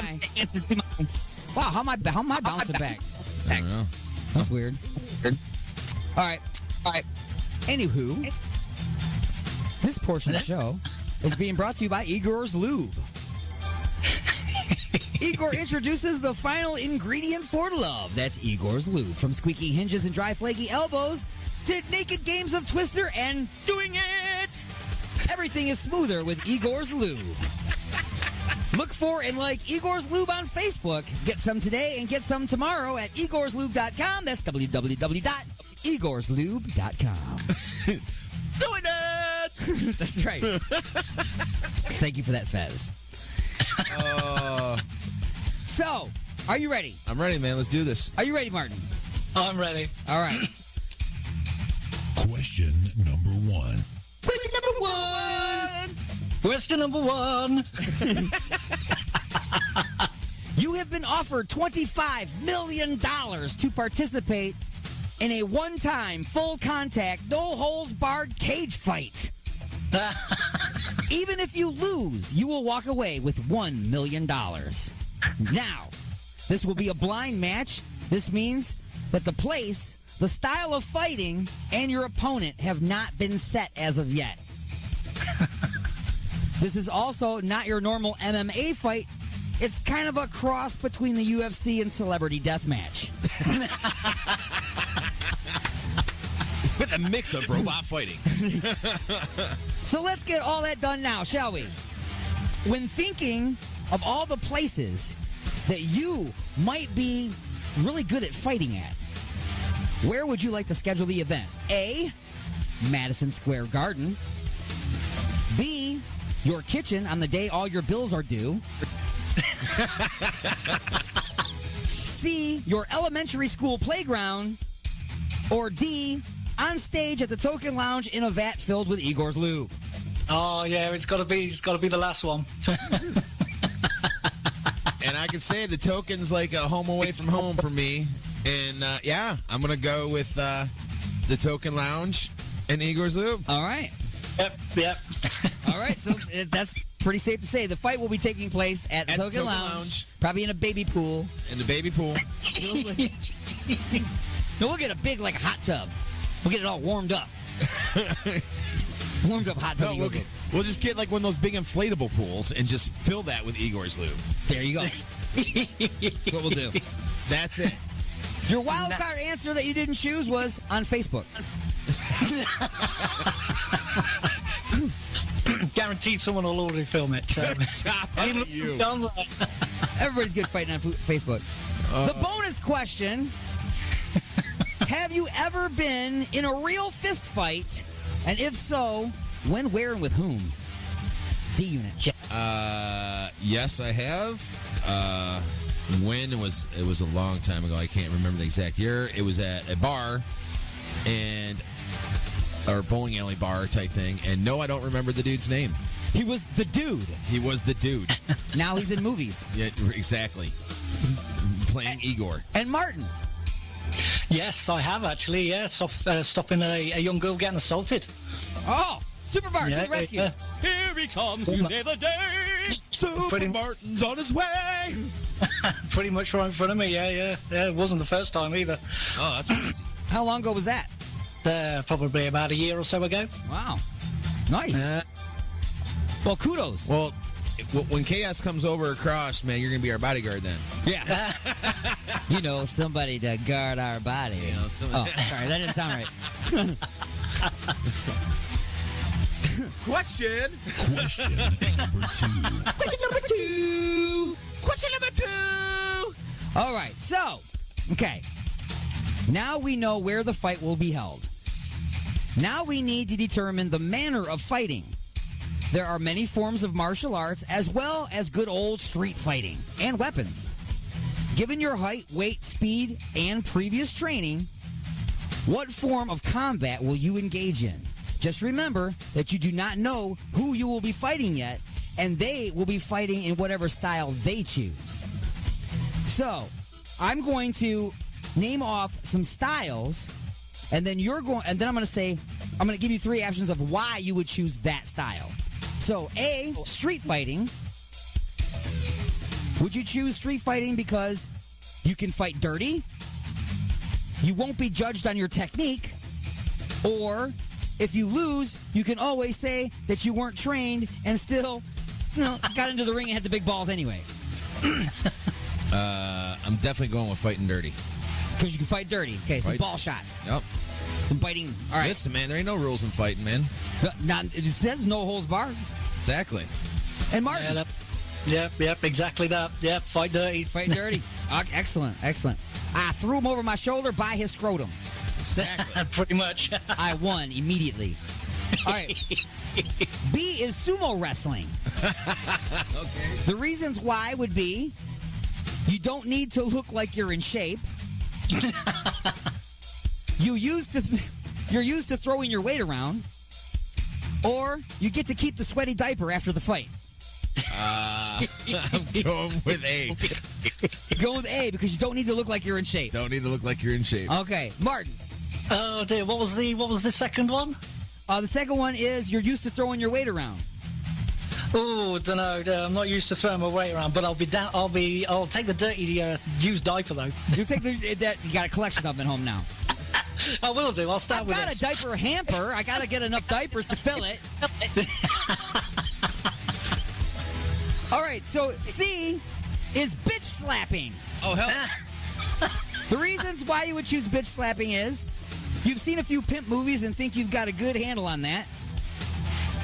You have very large hands, or at least they appear large while you're holding smaller objects.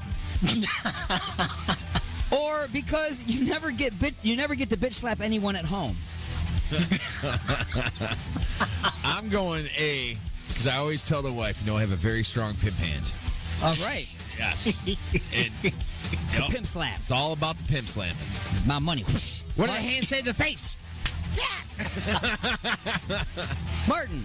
I was going to have to be the last one. Because you never get to bitch slap anyone at home. Yeah, might as well, All right, so the last one is drunken Irish headbutting. What? Drunken Irish headbutting. How beautiful. The reasons why might be you can't wait till your corner gives you a bottle of Guinness and a shot of Jameson in between rounds. Your wife has told you on many occasions that you're thick-headed enough and you must be perfect. Or you like to touch other people's heads. I'm going with B on that one. You're going with B, because the wife has told you on many occasions that you're thick-headed enough and you must be perfect. Yep. Okay. B, definitely B. B, all right. Hi, Amanda, if you're listening. And now, okay, those were the different styles to choose from. There was one other style to choose from, which was your wild card answer, which nobody decided to go with the wild card answer anyway, which was trash talking and running away. Oh. No, never run away. Trash talking and running away. Bonus question, would you rather headbutt a medicine ball or get one dropped on your nuts? I'm going to go with headbutt a medicine ball, because if I headbutt it, I don't have to headbutt it hard. That's true. I can just be like... Gravity is in control of the other option. Exactly. That's correct. Gravity is in control of the other option. And Martin? I like my balls in the same shape that I was born with, so I'll headbutt it. Isn't it amazing? We like our balls more than our head. And that's something. Don't tell the girl that, though, because then she'll be distracted with a different process. Drinking beans. But anyway... Drinking beans. Question number three. Question number three is, okay, now we know where we will be fighting, and we know the style that we will use. So who will we be fighting? Could it be a world champion MMA fighter? Could it be a legendary wrestler? Let's see who is in the running. Let's think about the pros and cons of these potential opponents. Your first potential opponent, I have a con and a pro. You're going to give me a con and a pro, and then I'm going to tell you whether you're right or wrong, because you got to agree with me. Oh. First opponent possibility is John Wick. What would be the con? What would be a reason you did not want to fight John Wick? Because he's a badass. That's a good answer. Yeah, I didn't kill his dog. There you go. My con was John Wick doesn't beat people, he kills them. It's hard to spend $1 million when you're dead. Right. This is true. Now, what's the pro? What's something that would help you out when fighting John Wick? I'm gonna let Martin go on this one first, because I've never seen any of the John Wick movies. Oh, okay. He's a badass. He'll kill you. Right. Yeah, the pro is I didn't kill his dog, so then he will have no reason to kill me. And that's almost on here. The pro was you can make fun of his dog, making him extremely mad so that he takes you out quickly. Now, the second choice of fighters is Sho'nuff. Who's the greatest? Who's the baddest mofo no down around this town? Sho'nuff, the Shogun of Harlem. The Shogun of Harlem. The con. What would be a reason why you would not want to fight Sho'nuff? Because he's the meanest, baddest motherfucker all around this town. That's a good reason. That and he got the glow first, bro.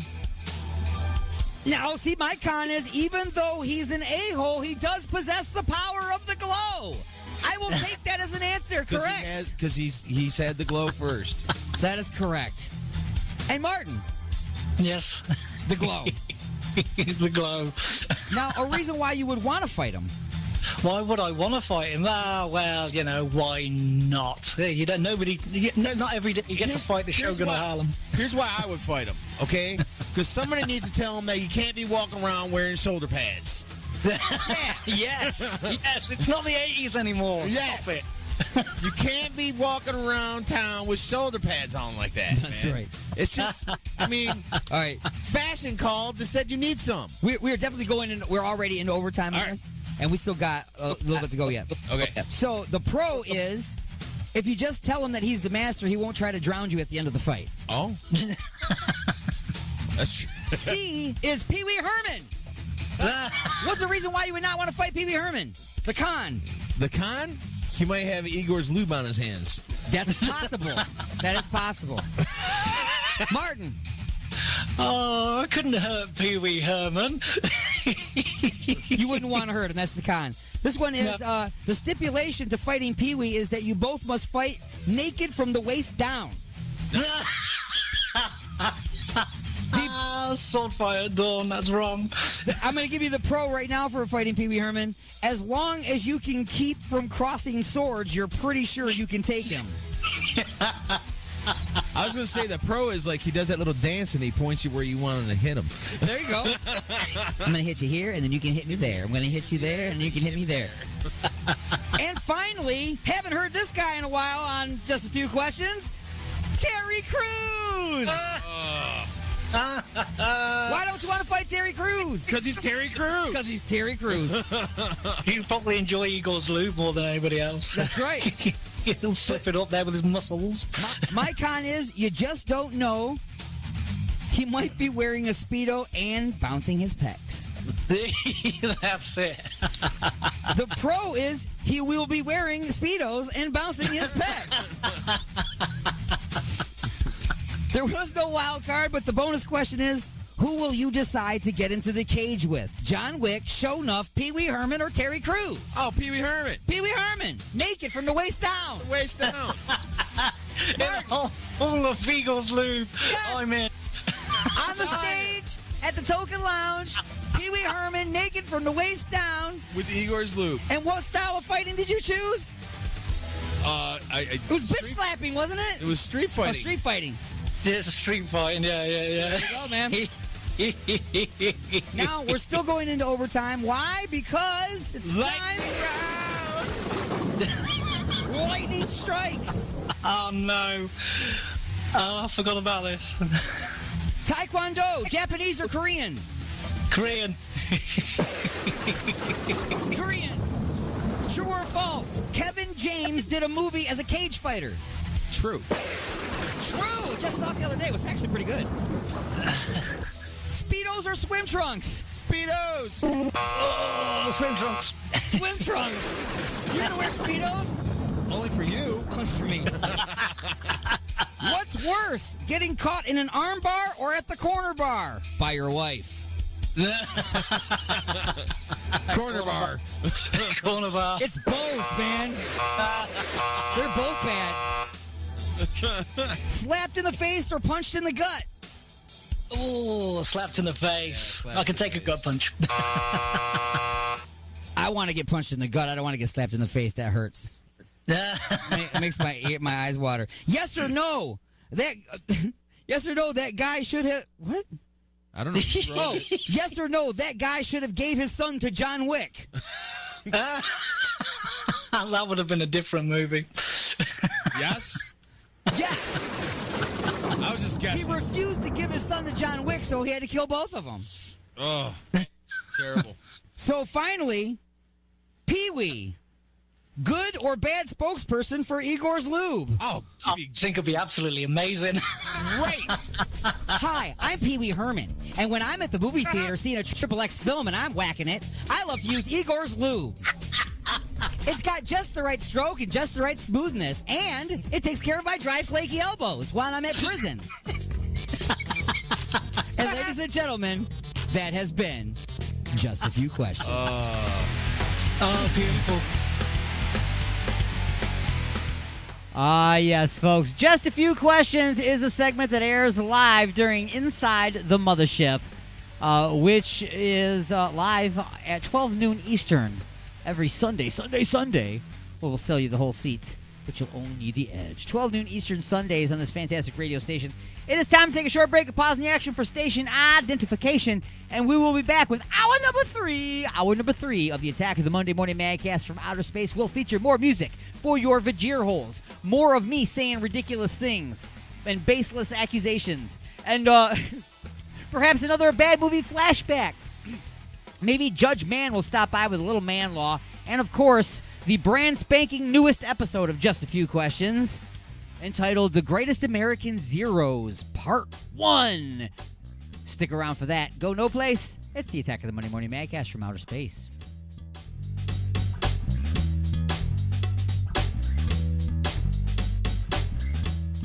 You know, it's about to start getting pretty hot outside.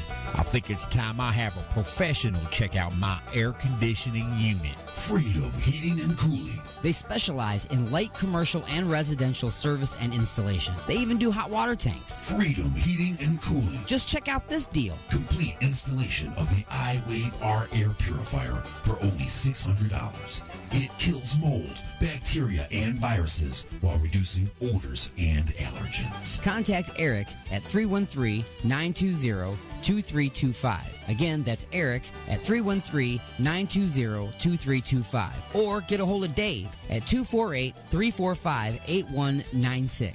Again, that's Dave at 248-345-8196. Look for him on Facebook at Freedom Heat Cool. Call today for a free estimate. Freedom Heating and Cooling.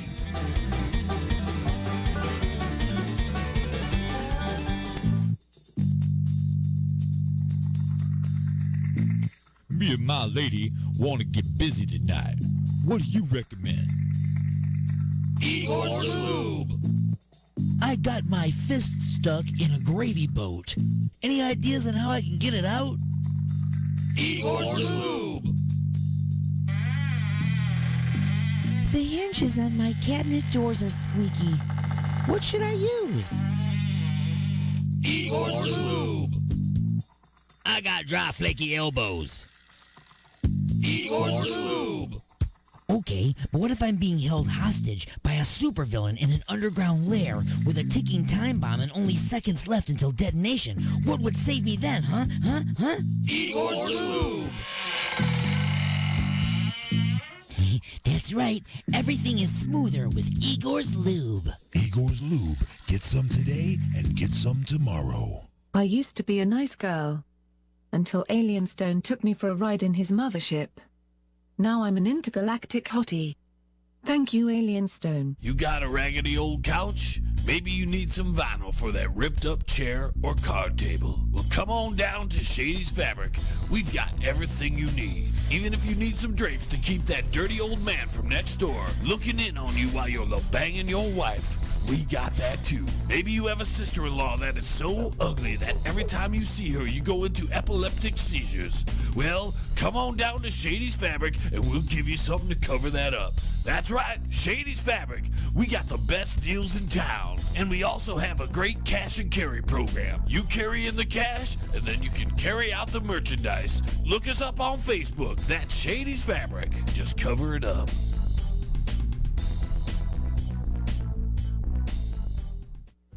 Hi everybody. Are you tired of feeling sluggish all the time? Frequent bathroom breaks cutting into your workday? Can't sleep at night? Try Colovax. Colovax is a new technology that takes the power of a shop vac and uses it to thoroughly clean out your insides. With its patented technology, Colovax cuts your bathroom visits down to once a month. My name is Russ Russellford and I use a Colovax once every 2 weeks to keep me limber. Now I can play catch with my son all day and never get tired or have to poop. Colovax really sucks ass. In a good way. Colovax has not been clinically tested, so when considering Colovax, the following side effects may include goosebumps, whooping cough, crying spell, intense spouts of rage, severe depression, arousal, heart explosion, ejaculation, silent fart, anal fissures, and loss of hair and teeth. If you use Colovax, please contact a physician if you experience any goosebumps, whooping cough, crying spells, intense spouts of severe depression, arousal, heart explosion, ejaculation, silent farts, anal fissures, loss of hair and teeth. Honey, come on, put down the phone. You're obsessed with the thing, put it down. But you had your... Listen, do as I tell you, put the phone down, now. Okay. It's gonna be glued to your hand one day. Oh my word, I got 5 likes. 5 likes on that picture, the one I did of the mountain and me standing with the hair thing. 5 likes on it. Oh my, I am the coolest mom in the world. Yes, I am. Take that, Denise, 5 likes. Ha! Hashtag cool mom. Hashtag social media mom. Hashtag best mom in the world mom. Hashtag knows what's happening with hashtags mom. Hashtag blessed. Ah! This is the greatest picture in the world. Oh, look, someone's done like a pound sign with LOL. Lots of love. Someone loves me.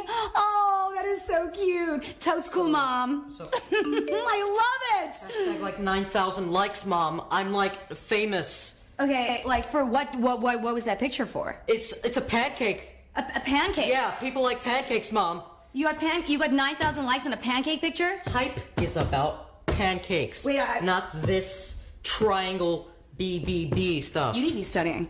You're not gonna pass. And you're not having your phone for a week. Okay, real mature, Mom. Bye.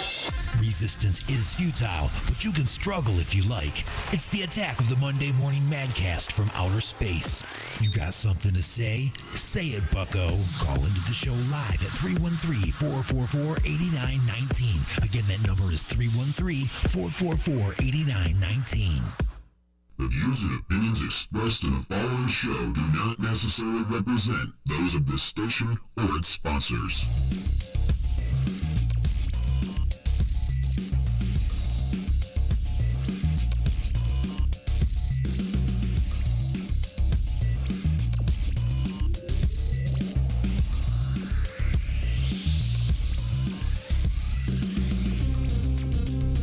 All right, everybody, welcome. You've been beamed aboard. You are now live and inside the mothership. I am Alien Stone. Welcome to hour number 3 of the attack of the Monday Morning Madcast from outer space. I am your host, Alien Stone, as I said, and I believe I did say that, didn't I? I don't know. Maybe I'll say it again. I am your host, Alien Stone. In case you forgot already, that's not Alien Stone. That's one word, Alien Stone. Okay? Okay? Like Madonna. You know, there's like one name. Super famous. I'm uber famous. Just not here on Earth.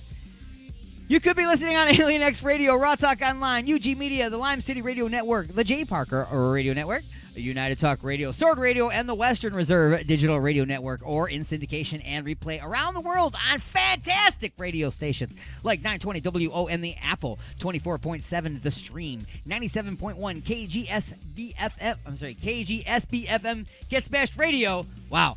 The IRN Internet Radio Network, WRFN 1025, WRPR Rat Pack Radio, United Sounds Choice Radio, Prodcore Radio, Pure Rock Radio, Good Talk Radio, Mile High Radio, and K89. Oh, yeah. Give me a call at 1-313-444-8919. Again, that's 1-313-444-8919, or Skype me at AlienStone1. That's AlienStone and the number 1. Don't spell out the one part because you'd be wrong. And for those of you just tuning in, you are late. We get things underway at 9 a.m. Eastern here for the attack of the Monday Morning Madcast from outer space. And right by here is the time I take a deep breath because I said all that stuff. Okay? A couple more things. If you want to contact me off air, by all means, send it questions, comments, nude photographs, whatever you'd like to. Alienstone at alienxradio.com. Again, that's alienstone at alienxradio.com. And bands, you could submit your music to the station in the form of an MP3 or a credible download link by attaching it to the MP3 and sending it to, attaching it to an email. Wow. And sending it to newmusic at alienxradio.com. Again, that's newmusic at alienxradio.com. So, I know that I got a bunch of new music submitted to the station, so I wanted to start this hour off with some of that. Also, we've got more stuff coming up from the Mortician support show. It'll be coming up during the punchlines, answering all your questions about what happens to you after you die and you end up at the mortuary. I'm sure that you people have been sticking around since the beginning of the show just to make sure they get the exciting conclusion of that. But even more exciting than that will be the replay of yesterday's episode of Just a Few Questions. And it is called The Greatest American Zeros, Part 1.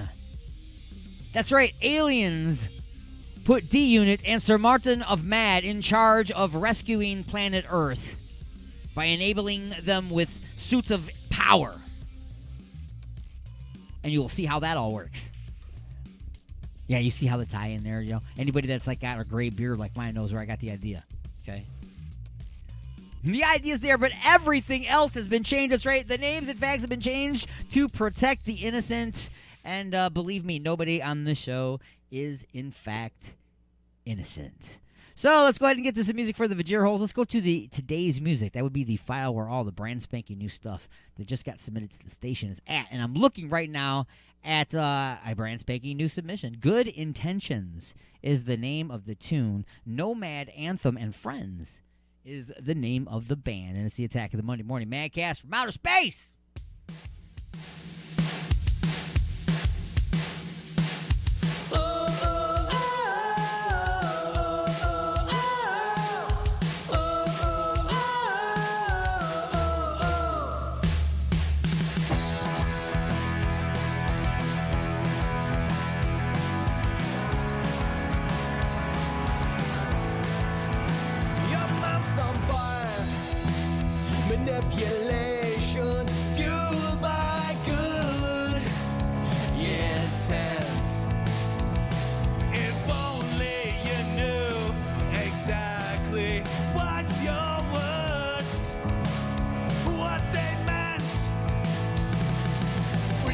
friend, I gotta see this through. They're not the ones that are standing tall right behind you. And despite all the bad, well, I see another side. And I'm gonna stand up tall, I'm gonna face the fight with you.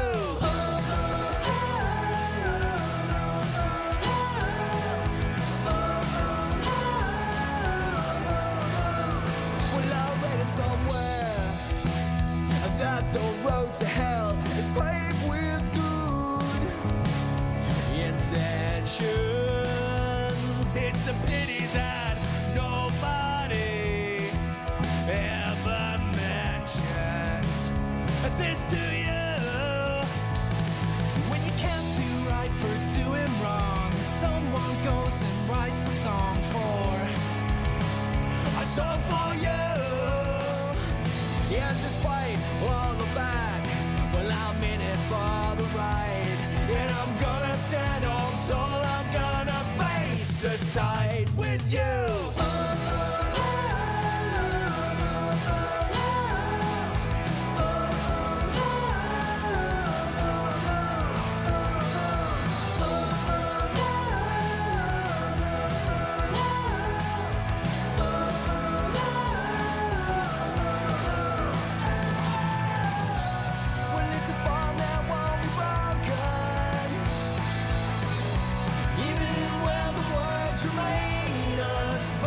There's gotta come a time when you need to draw the line and make a change.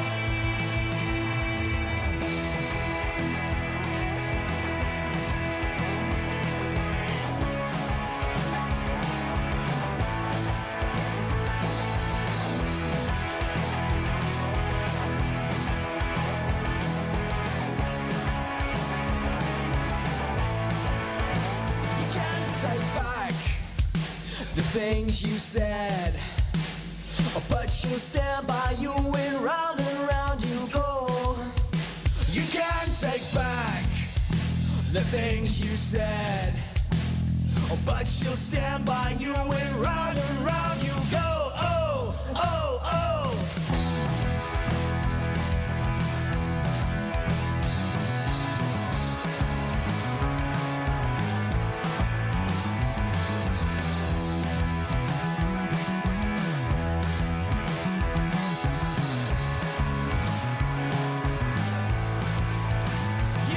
Take back the things you said, but she'll stand by you and round you go. You can't take back the things you said, but she'll stand by you and round you go. Oh, oh, oh.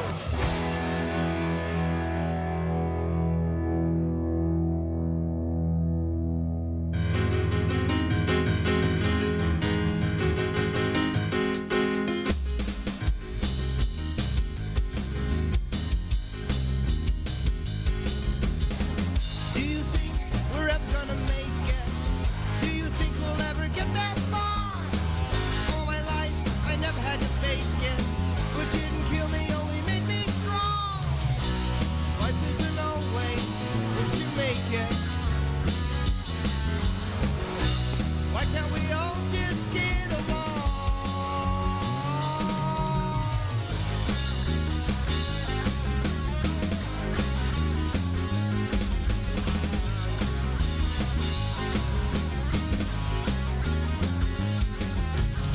Forget religion and ethnic hatred. Diversity is what'll make us strong. We gotta learn to love each other. We gotta learn to just get along. Cause life isn't always what you make it. Can't we all just get along?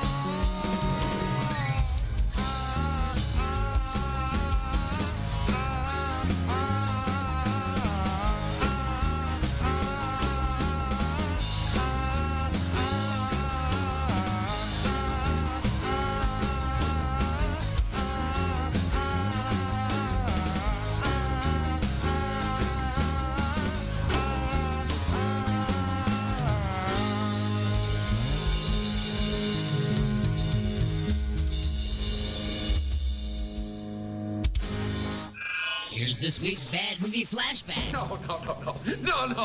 Please. No. In the far distant future, in a galaxy where those in the know don't go, real estate is cheap, and they've got great sushi. But there's no water. You got any water? It is a time when desperate men will swing from the chandeliers. Pirates, sound the alarm! Just to get a drink. Just take a look at that. Good men like Jason, space pirate, and explorer of the cosmos. His chief engineer and fellow rogue Roscoe.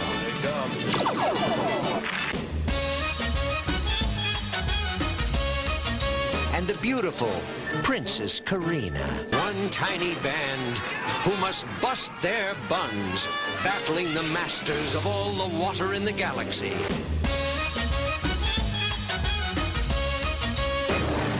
The evil Mithradoids, famous for not being nice. Killing you would be too easy. See depravity in zero gravity. Bye-bye. See glamour girls from another galaxy. See kung fu robots. And delight in the mysteries of the seventh world.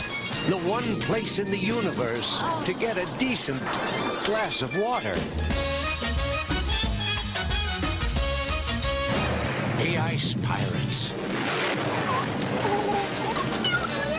A totally spaced adventure.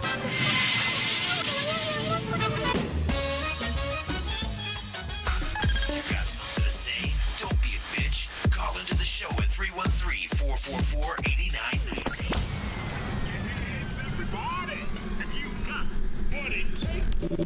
Or you can jump in the chat room at alienxradio.com. Broadcasting from beyond planet chaos directly into your Vajir holes. It's the attack of the Monday Morning Madcast from outer space.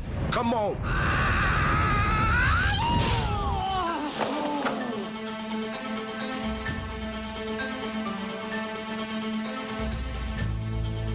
All right, folks, once again, it is time for the punchlines. And as always, the punchlines are brought to you by Igor's Lube. Look for and like Igor's Lube on Facebook or at www.igorslube.com. It's the best way to get your fist unstuck from a gravy boat. It's good for dry, flaky elbows and doing it. Everything is smoother with Igor's Lube. Get some today and get some tomorrow. All right, folks, the punchlines today, I said, are not normal. We've been answering your questions as to what does the morticians do with your body once you arrive at the mortuary. What processes do they go through? What do they actually do? What's the truth? We've heard all the bullcrap stories. So in hour number 1 and in hour number 2, I brought you this really cool segment answering those pressing questions. And I'm bringing you part 3 right now. Mortician talk or mortician support. Part 3 on the attack of the Monday Morning Madcast from outer space. Hi, I'm Victor M. Sweeney, and I am a licensed funeral director and mortician, and this is Mortician Support. This is a question from That Doodle Bunny. How do morticians handle their jobs without becoming emotional wrecks? That is a good question. Most morticians I know are pretty normal people. There are times where it's emotional, so you do feel it, and there are maybe days you come home where you just feel done and you don't want to work or maybe do what you're doing anymore. But I think the fact that you can actually help people on my side of the desk, on this side of things, there are things that you can do that maybe nobody else can do. You can provide a chance for a mother to see her son one more time. It's those kind of things that keep you going in those hard times. This question is from Not Waving. How do you dress the deceased? I have theories. Well, I would love to hear what your theories are, but really it's fairly simple. You're just gonna work their arms through just like you dress a baby, maybe.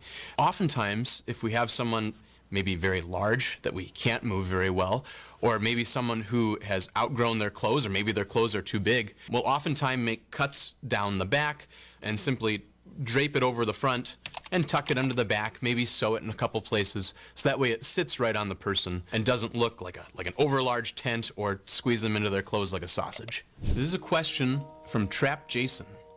Why don't we bury people vertically instead of horizontally? They are already dead, so why does it matter? We could save so much space. That is a great question. I think a lot of it has to do with practicality. So if you were to bury someone vertically, you'd have to dig a pretty deep hole, and it would have to be pretty narrow. You can imagine how tough it would be for, let's say, 6 people to carry a casket to the graveside and then turn it up on its end and drop grandma down the hole. You might need a seat belt of some kind. Question from Crowbar Jones. What does a mortician do if there are artificial nails on a corpse? Keep them? Take them off? Asking for a friend. I hope you don't mean keep them by keeping a collection, but if you mean keeping them on, more often than not, I will. Typically the artificial nails look nice, clean, and of course your nails underneath are pretty rough. If they have them on, I usually keep them. Other things that people might be concerned about removing, piercings, they almost always stay. If it's an ear piercing and they have their earrings in, maybe we'll take the earrings out, clean them up a little bit. Other body piercings, I always leave them in. This is a question from Melody Jackson. Do morticians take makeup classes when getting their certifications? Yes, we do. I have a 4-year degree, and at my college we took courses on what they call restorative art. So this would include things like makeup and coloring, but it would also include things like putting people back together after accidents, sculpting an ear if someone has lost an ear. Lip Boy. Do morticians also give haircuts? Anyone know one that can do a nice fade? Yeah, Lip Boy, I do give haircuts every so often, usually only to men, and usually only if it's something minor. If someone does need to get their hair done, we'll actually usually call a hairdresser in. It's fairly simple because really you're only working with the front and the sides of the head. This is a question from Veronica. Say a body gets exhumed after 2 years. What should be the state of the body to be expected to be? That's one of the interesting things about my job is that I never actually know what happens after burial. If we had an exhumation, you actually have to have a court order to open the vault and open the casket. I've heard of cases where they've opened the casket and the body looks more or less unchanged, and this was maybe 50 years after the fact. This is a question from Jonathan Cowip. Monty Python's Always Look on the Bright Side of Life is the nation's #1 funeral song. What's the oddest funeral music you've ever heard? I haven't heard too many strange funeral songs myself, but I do have this dream. I have a friend, and I told him if he passes away before I do, I'd really like to sing On Eagle's Wings, but like the Swedish Chef from the Muppets. It would sound like this. You had real initiative, the lead, for a bird in his city for life. And that's it. That's all your questions. I sure enjoyed answering them, and I hope you learned something. I know it was just a dream. I know I didn't have an anal probe, and I know that I am not under alien control. You're inside the mothership. Son of a bitch.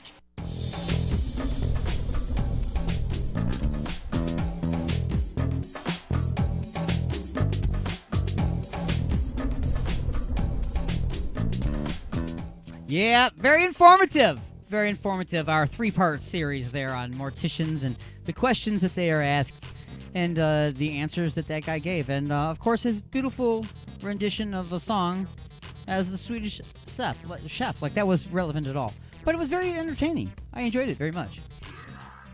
Indeed. It was no Donnie Stanfield singing Michael Jackson, though. Let's Fred, come on. Wasn't that good? All right, folks. Anyway, we are just about up against a break here. It's going to be time to take a pause in the action for station identification. And, of course, that means the Prospect is going to give you his weekly sports update once again. And that gives you a moment to go to the bathroom, while you're listening, of course. You got to take us with you. Remember, you can tune us in on your phone, which means you can take us in your pants. You can just put it in your pocket and walk to the bathroom. I'm sure that we are listened to on toilets all across America. All right? It's okay. And then when we come back, it will be the replay of the brand spanking new episode of Just a Few Questions, aired just yesterday on Inside the Mothership, which airs at 12 noon Eastern every Sunday. It's called The Greatest American Zeros, Part 1. All of that is on its way, so stick around for more of the Attack of the Monday Morning Madcast from outer space. Go nowhere.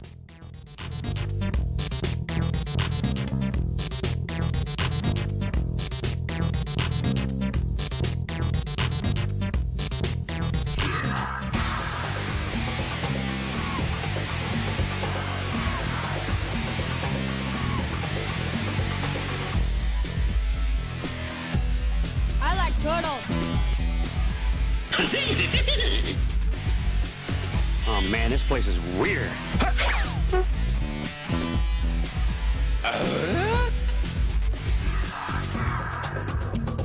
Broadcasting directly into your brain. And now your weekly sports update with the Prospect.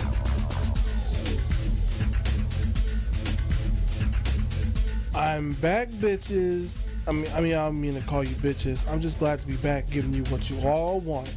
The weekly sports update with me, the Prospect, on Alien X Radio. There's a lot of talk in the NFL lately on the heels of a historic draft that brought people back in the stands for the first time since the pandemic started. There's a new season on the horizon in more ways than one. For the first time in league history, the teams will have a 17-game season. The move to add one game to the schedule also meant lowering the number of preseason games to 3. Now, this was a hot topic directly after the Buccaneers won the Super Bowl last year, as players were heated over the thought of playing that extra game for reasons such as increasing injuries, but the revenue from it will increase as well after the league was simplified due to the pandemic. According to the collective bargaining agreement struck back in March, the extra game triggered a clause to increase revenue share to all players by almost 50%. Now, if that don't put butts in stadium seats and in front of TVs all across the country, here's something. The Green Bay Packers may be starting all over at quarterback. It's been reported that Aaron Rodgers has announced that he no longer wants to play with the team he's been a part of his entire career. Since playing sidekick to Brett Favre before he moved on, Rodgers knew what it is like to start with a fresh slate once he took over. But a disappointing recent couple of seasons combined with the surprising decision to draft Jordan Love last year and no helpers for Rodgers in this year's draft, the writing was on the wall for the 37-year-old. The New Orleans Pelicans are without forward Zion Williamson as he is out indefinitely with a left finger injury, and that has the team's front office fuming. Vice President of Basketball Operations David Griffin is very upset after hearing that his star forward is out for at least the rest of the season due to bad officiating. Go figure, an official making a bad call that resulted in an injury so close to the postseason. Williamson seemed to suffer the injury during the Pelicans' 108-103 win against Golden State when he went for a rebound and jammed his finger against Warriors center Kevon Looney. A CT scan will determine exactly how long he'll be out, but that doesn't sit well with Griffin, who believes that the injury is a result of multiple hacks and slashes accumulated during the season on Williamson. Quote, he has been absolutely mauled in the paint on a regular basis, end quote, he said in a 13-minute news conference. There is no word on a response from the officiating crew on this, but I will keep you updated on it. Well, tune in next week for more sports. For Alien X Radio, I'm the Prospect, saying until next time, Prospect out.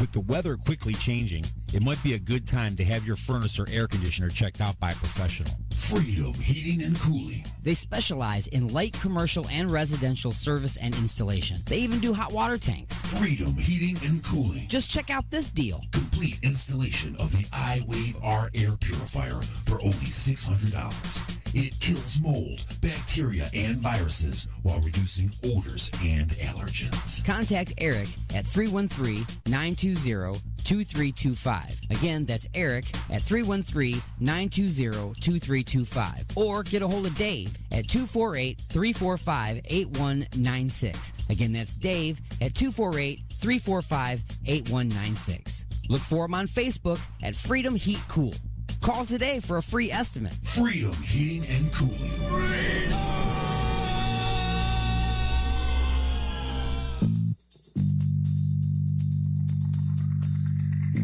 Oh, honey, what a wonderful surprise.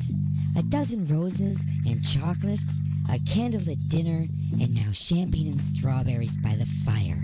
You're so romantic. What do you say we get a little closer?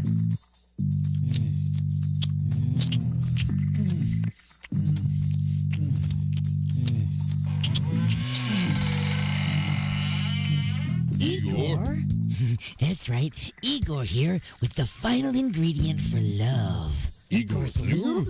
Nothing gets things moving and grooving like my lube, and it prevents chafing. Thanks, Igor. And don't forget, Igor's Lube now comes in cherry, mint, and salmon flavor. Igor's Lube. Get some today and get some tomorrow. Broadcasting from the dark side of the moon. Alien X Radio. Resistance is futile. I know it was just a dream. I know I didn't have an anal probe. And I know that I am not under alien control. You're inside the mothership. Son of a bitch. Am I the meanest? Alien Stone. Am I the prettiest? Alien Stone. Am I the baddest mofo low down around this time? Alien Stone. But who am I? Alien Stone. Who am I? Alien Stone. I can't hear you. Alien Stone. Shogun of Harlem. Please sit down. Frankly, this radio person is the whole problem. Are we going to allow this guy to be heard by anyone who can turn a dial? Please, one at a time. And we're back. Once again, you're tuned to the Attack of the Monday Morning Madcast from outer space. I'm your host, Alien Stone, as we broadcast live.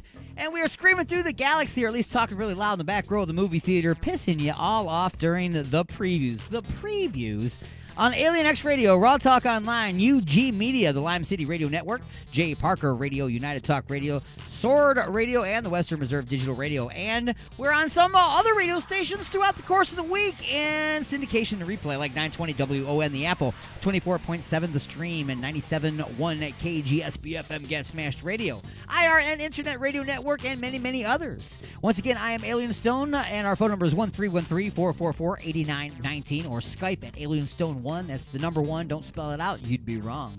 And for those of you just tuning in, you are late.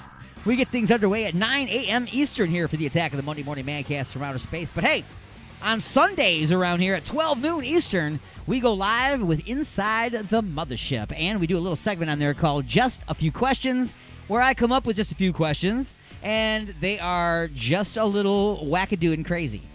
Okay? I don't know where I'm going with these every week. Put people in strange circumstances, but last week, I did one called The Greatest American Zeros. And my man, Sir Martin of Mad from UG Media and Sir Unitive D from right here at Alien X Radio, I put them to the test. And don't you want to know how it went, folks? Of course you do. So from yesterday, here it is, the Just a Few Questions, The Greatest American Zeros, Part 1. That's right, guys. You'll have to tune in next week for the exciting conclusion.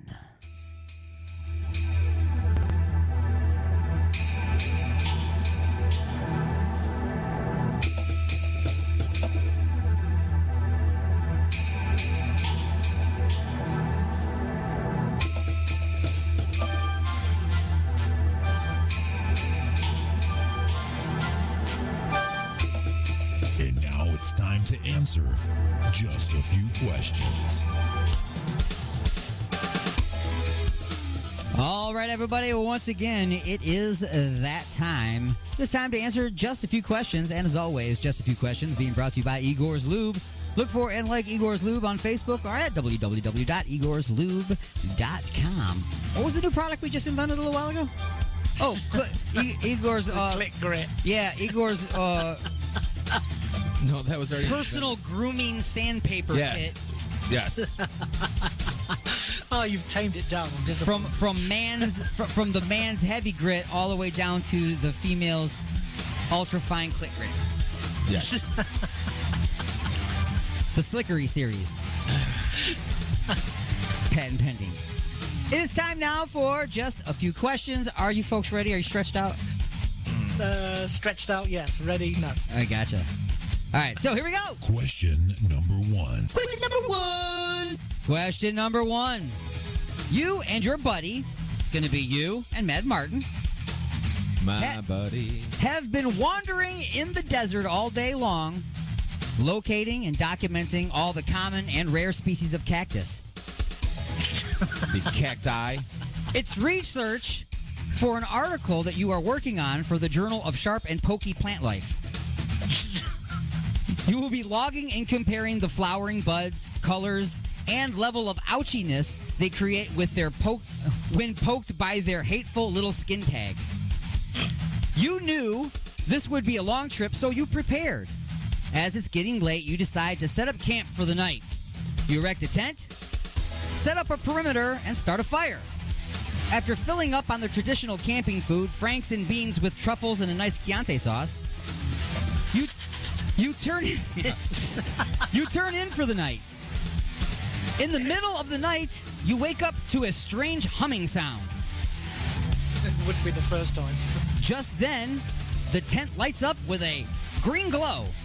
You rush out of the tent in your SpongeBob pajamas to see an alien spacecraft hovering above you.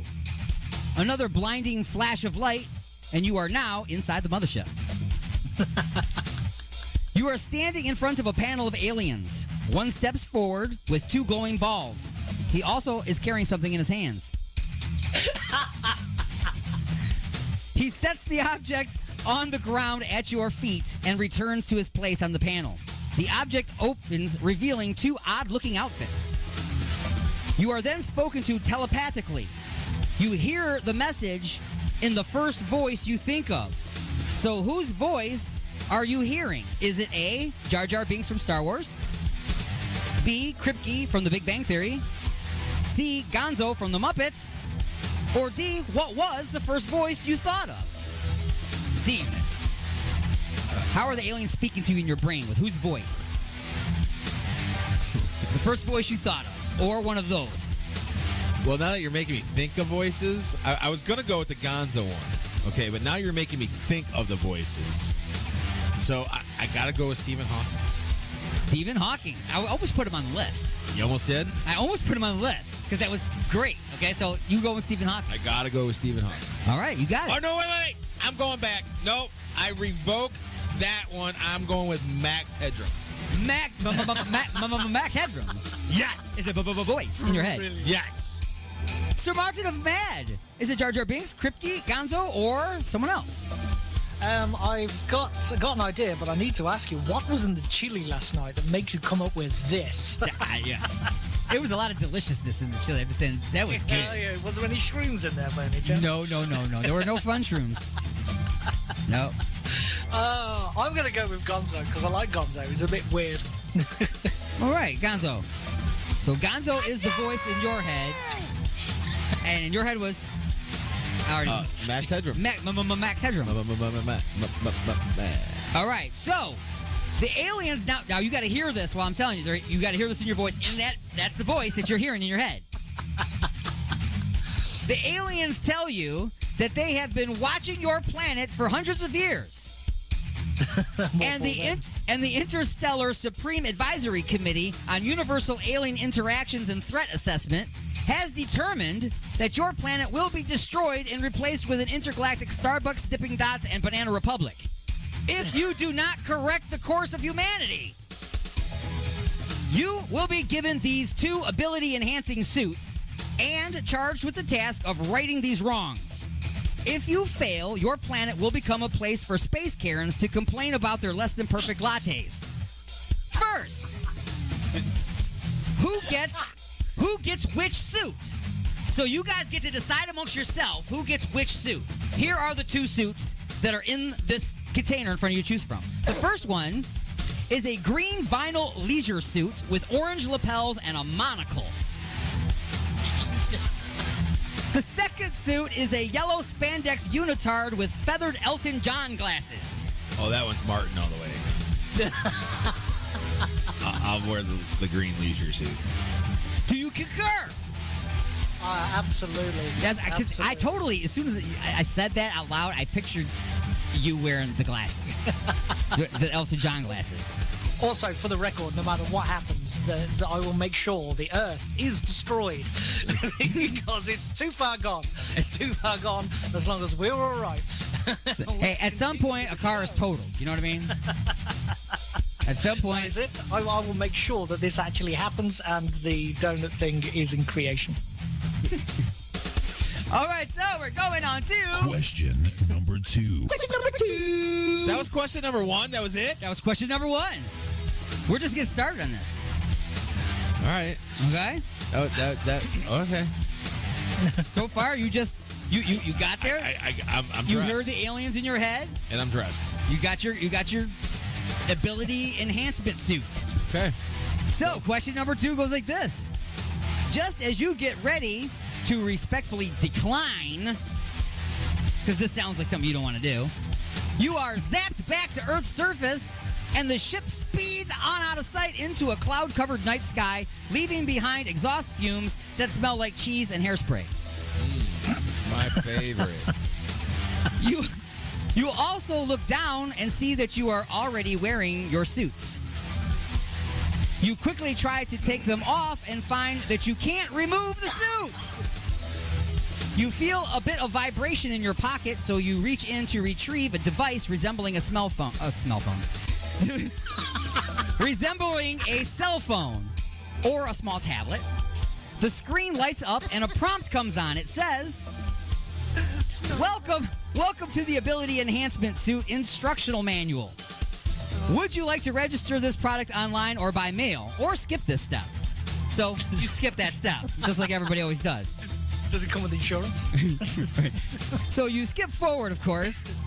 The next prompt asks you, what language would you like to continue in? English, Spanish, Russian, or the verbal tones and clicking of the Glockarian Ministry?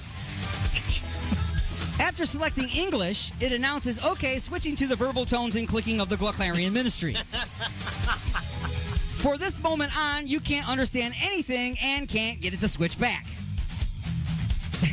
And as in every piece of software known to man, the help tab is useless. So, what do you do first? A, Google search an Ability Enhancement Suit Instructional Manual in English, or maybe a YouTube video with demonstrations.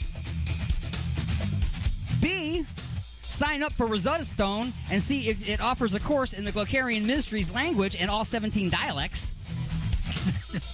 C, immediately begin trying to figure out how are you going to go to the bathroom in this thing? Or D, play rock, paper, scissors to see who is going to jump off a cliff first to see if they can fly. And this time around, Sir Martin of Mad, you go first. Wow. I think C would be the more practical and the logical way of thinking, but I'm probably going with D. You're going to go with D. You're going to play rock, paper, scissors to see who's going to jump off the cliff first, see who can fly. Yeah, one. All right, okay. All right, so, unit of D. I want to know who's going to fly, too. You want to know who's going to... Oh, by the way... I know I just said by the way, but there is a new segment, a new thing here called, oh, by the way... And that will usually come up after you make an answer. Okay? Okay. So there is also a wild card on this one that I forgot to mention. So. Oh. Then I'm going to go with the wild card. You're going to go with the wild card answer. Okay. So, Mad Martin is going to jump off the cliff. I hope he can fly. I hope he can too. Second I got way too many people. I believe I can fly. But here's what the wild card answer is. Play rock, paper, scissors to see who will kick who in the nuts to see if it still hurts. So you're either jumping off a cliff or kicking each other in the nuts to find out how it works. And oh, by the way, Glockarians don't urinate or defecate. They excrete waste from a gill-like slit in the back of their neck. So the suit's zipper and its instructions have been removed. Sorry. That's awkward. Things are going to get real messy real quick. Real quick, we have to figure that out. Bringing us to... Question number 3. Question number 3. Question number 3 goes like this. Okay. Now you have figured out that it's hand gestures that control the suit's abilities. You have stumbled across the controls for flight and speed running. Oh, I forgot something at the end there. You did. I did. I have to back up to... Question number 2. Question number 2.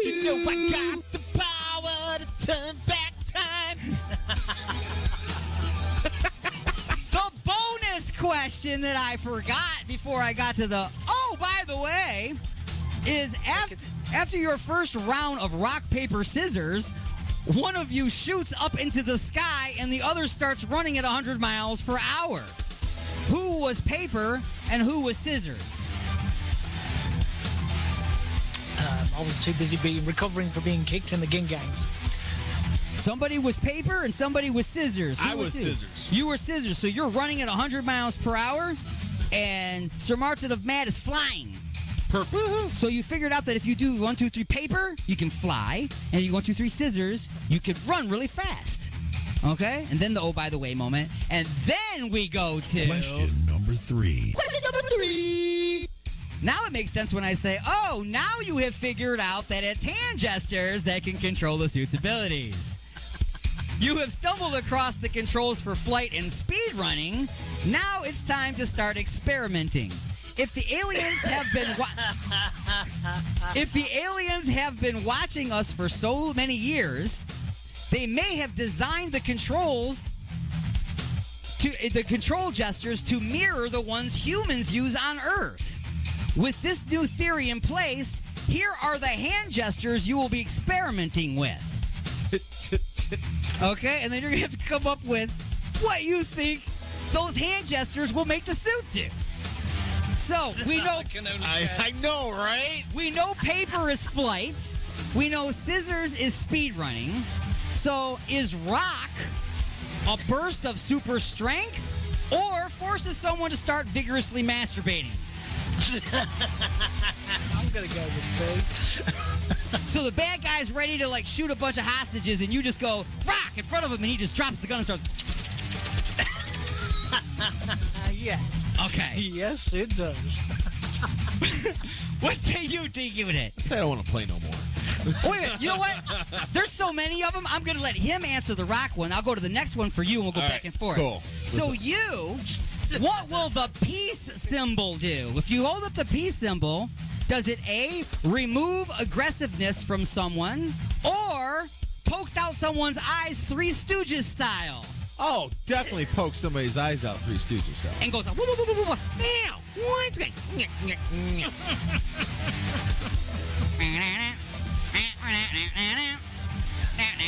Oh, anyway. Look at these fingers. His eyes are on his head. Sir Martin of Mad, what would it control if you put thumbs up? Will it levitate objects? Or mind control? What? Levitates objects? Okay, so it levitates objects. Or it mind controls your sex partner into upgrading from a 69 to a 71. Definitely B. Mind control. Love it, love it. So unit of D, the talk to the hand. When you put up the talk to the hand thing, that symbol, does it place a force field in front of you? Or does it filter out unwanted verbal diarrhea and trash talk? So he starts going blah blah, and you just go and it goes wah wah wah wah wah wah wah. That's all you hear. I feel like the force field would be beneficial to both, like keeping them away and keeping them from talking. So I'm gonna go with the force field. You're gonna go with the force field. Yeah. All right. Blah blah blah. Because then you can just. I don't know. Is there an earmuff gesture? Yeah, that's something else. Right. Exactly. Does it keep you from? So you're gonna do the force field. I'm doing the force field. All right. So you can at least keep them away from me, even if you can still hear them. At least they can't get near you. So, Sir Martin of Mad, you're gonna love this one, sir. The metal horns. If you put up the metal horns, does it A, blinds a person's, what did I write here? To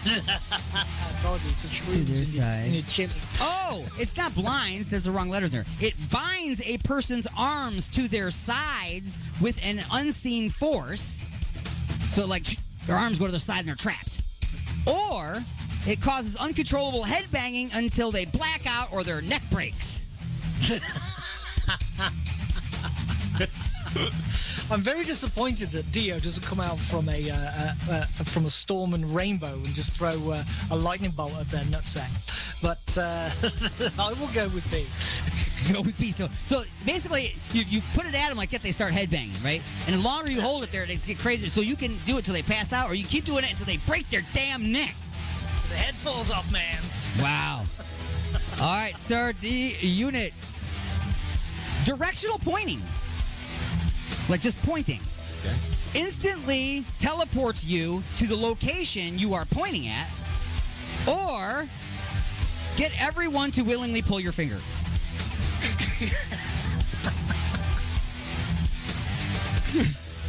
Come on, D. Don't let the side down.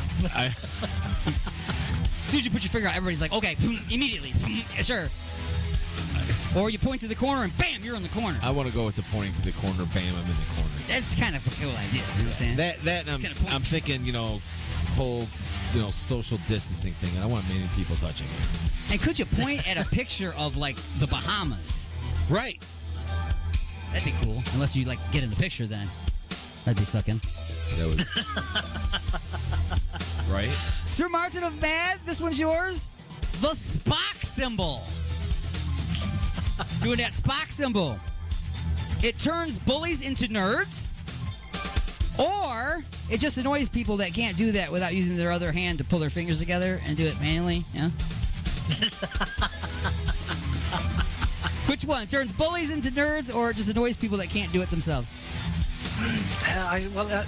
Normally it would do that. Does that anyway. So I'm going to go with turning bullies into nerds. Cool. That's boom. And they become a nerd. And finally, the unit, the middle finger. Make someone realize the absurdity of their own ideas and actions, or makes everyone else aware of that person's absurd ideas and actions. Ooh. Makes everybody else. Yes, sir. I like that. I like that thought process there. Now everybody knows you're an arsehole. Yes. That's what I'm talking about. And there's a bonus question. A boner question. What? What would be the reaction to you deploying the Shocker?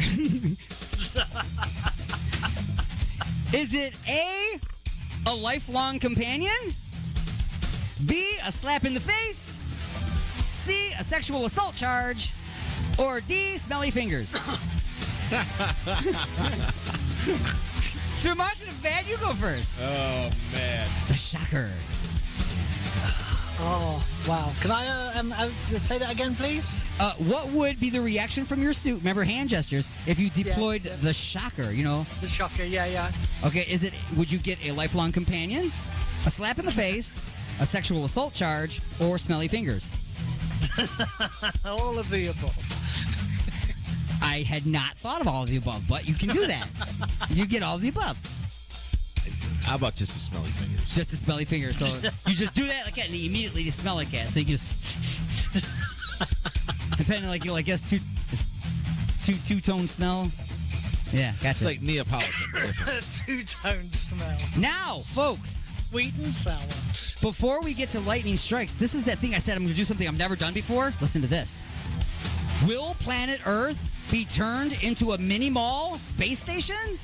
Will our heroes save us from ourselves? And will they ever figure out how to go to the bathroom?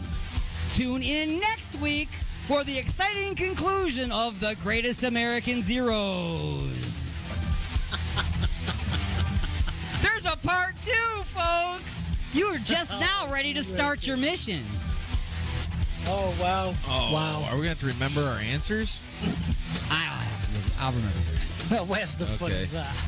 Maybe we'll play part 1. Notes. We'll play part 1 and then go into doing part 2 live. Okay. Now that brings us to lightning strikes. What was Ralph's last name on The Greatest American Hero?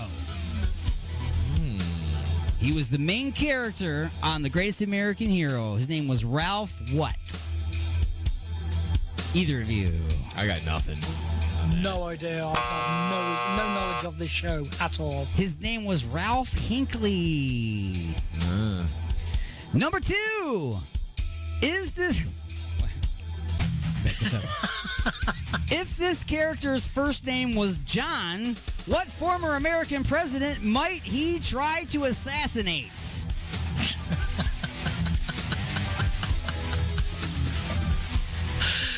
Would it be Kennedy? Wrong.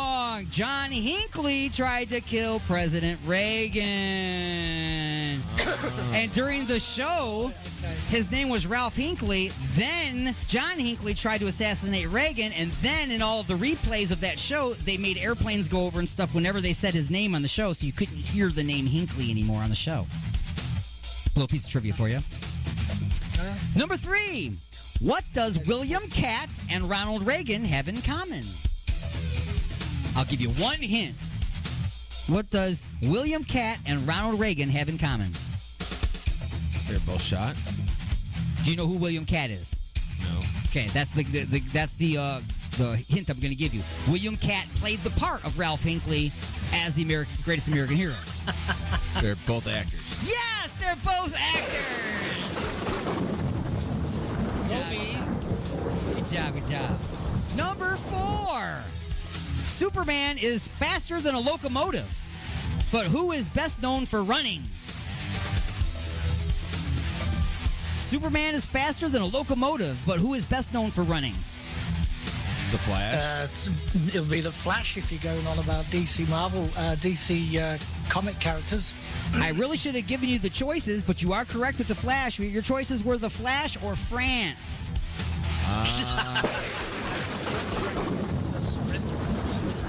Same thing as running. I was also going to say the $6 Million Man.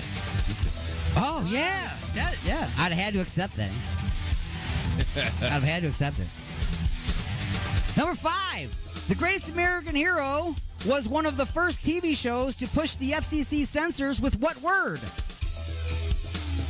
Ass. You say ass? What did you say, Mad Martin? I don't know. I have no idea of this show. Believe it or not, the show is so old that they were pushing the envelope with damn. Really? Television still at that point wasn't even using damn. Every time he would crash land, he would be off camera and you'd hear him go, damn, and stand back up. It was like the first time. Well, I'm going to play the British card here and go, huh? Huh? Aha. No. Number 6. On what type of... What? On what type of... Oh. What type of criminal... Now, let me say this again, because it is correct the way I'm saying it. On what type of criminal would Wonder Woman's lasso of truth be best used? On what type of criminal would Wonder Woman's lasso of truth be best used? Spy? Oh, wow. That's a good answer. That's a good answer. So much of mad. So many? I don't know. Don't know. The answer I chose was politician. Oh, very good. Politician. Politician, spy, same thing. Same thing. Same thing. Number 7. True or false? Batman conveniently stores his supply of shark repellent bat spray on board the Batcopter. True. That is absolutely true. It's right next to the Stingray repellent, and he's got a couple other repellents all there. Nice big giant cans. They look like Aquanet, but then they have the other thing on there. Aquanet. And then they got red on. Yep. Yeah. So, number 8. Cape or no cape? Oh, no cape. I gotta go with cape, man. Well, we got no cape and cape. If you ever watch The Incredibles, you know. No capes. No cape, darling. It gets caught up and everything. It sucks so many superheroes into turbines and stuff, man. It gets in their way. They can't see. The cape gets in their face. They all have one. Capes are bad. Nope, not The Incredibles. Greatest American Hero had one. Yeah, and look, he crashed all over the place. And his cape was short, too. His I cape mean, didn't even go past Evil the middle. Knievel had a cape, bro. And his didn't even go past the middle of his back. And you had Batman had one. Robin had one. And Superman has one.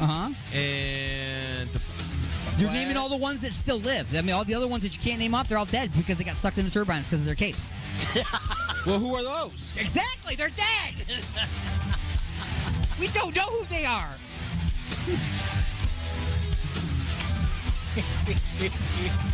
Bringing us to number 9. In order to be considered a supervillain, can one simply do things in a dastardly manner, or does it also require them to be diabolical?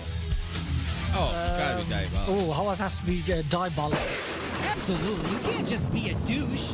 You gotta be clever and evil and a douche.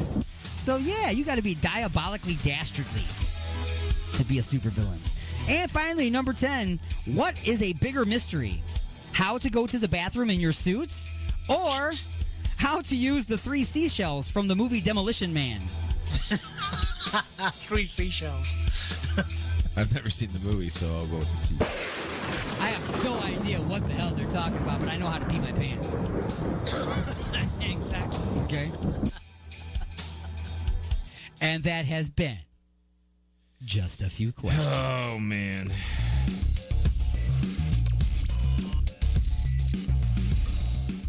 All right, folks, that's it. That's all the time we got for today's Attack of the Monday Morning Mancast from Outer Space. I am Alien Stone. Remember, if you want to submit your music to the station or to one of the shows, then by all means attach an MP3 or a credible download link to an email and send it to newmusic@alienxradio.com. Again, it's alienxradio.com. If you'd like to send questions, comments, complaints, short stories, naked photographs, schematics for spacecrafts and teleportation units, then by all means attach those to an email and send it to alienstone@alienxradio.com. You can always send text messages to Skype with Alienstone1. That'd be the number 1. Don't spell it out because you'd be wrong. Remember, Inside the Mothership airs at 12 noon Eastern each and every week on Sunday on these fantastic radio stations. And this is the Attack of the Monday Morning Madcast, which occurs at 9 a.m. each and every Monday. I am Alien Stone, and until next time, peace out, Earthlings!